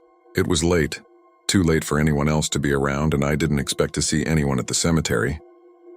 But as I walked past, I felt that same sense of unease I had been brushing off. The moonlight was enough to cast long shadows on the ground, and I was nearly halfway through when I saw it. A skull resting just off the edge of a gravestone. It wasn't there before I was sure of it. I stopped dead in my tracks. It was white, cracked and worn by time, but still clearly a skull. It was odd. It didn't look like an animal skull. Too round, too human. I leaned in closer, squatting down to get a better look, when something changed. The skull shifted. The shape of it moved, and before I could pull back, I swear it grinned, a slow, unsettling curve of the bones. My heart skipped. And then through the silence of the cemetery, I heard it, a whisper so soft, so faint. "Sam." I stood frozen, the hair on the back of my neck standing straight up. I wanted to run, but I couldn't. My breath caught in my throat. The air around me felt heavier, thicker, like I was being watched. But when I finally forced myself to look around, there was no one. The wind blew again and the trees creaked. But that skull, God, it just sat there, grinning like it knew something I didn't. I backed away slowly, but I couldn't take my eyes off it until I reached the gate. My legs felt weak and my mind was racing. It wasn't possible. It couldn't be. But as I walked home, the whisper of my name seemed to follow me, and that was when I realized this wasn't over. The next day, I checked the cemetery records at the town hall. The names of the people buried there were all familiar, mostly people I'd seen on gravestones before. But then I found one name that shouldn't have been there. It matched the last name on that old gravestone, the one I had always been drawn to, but it wasn't a name I recognized. I went to ask Mr. Lawson, the old man who ran the local shop, about it, but when I mentioned the cemetery, his face went pale. He looked away quickly, like he didn't want to talk about it. He muttered something under his breath and changed the subject. I don't know what's happening, but I know something's wrong, and I don't think I can ignore it anymore. I still keep the porch light on, facing the stones.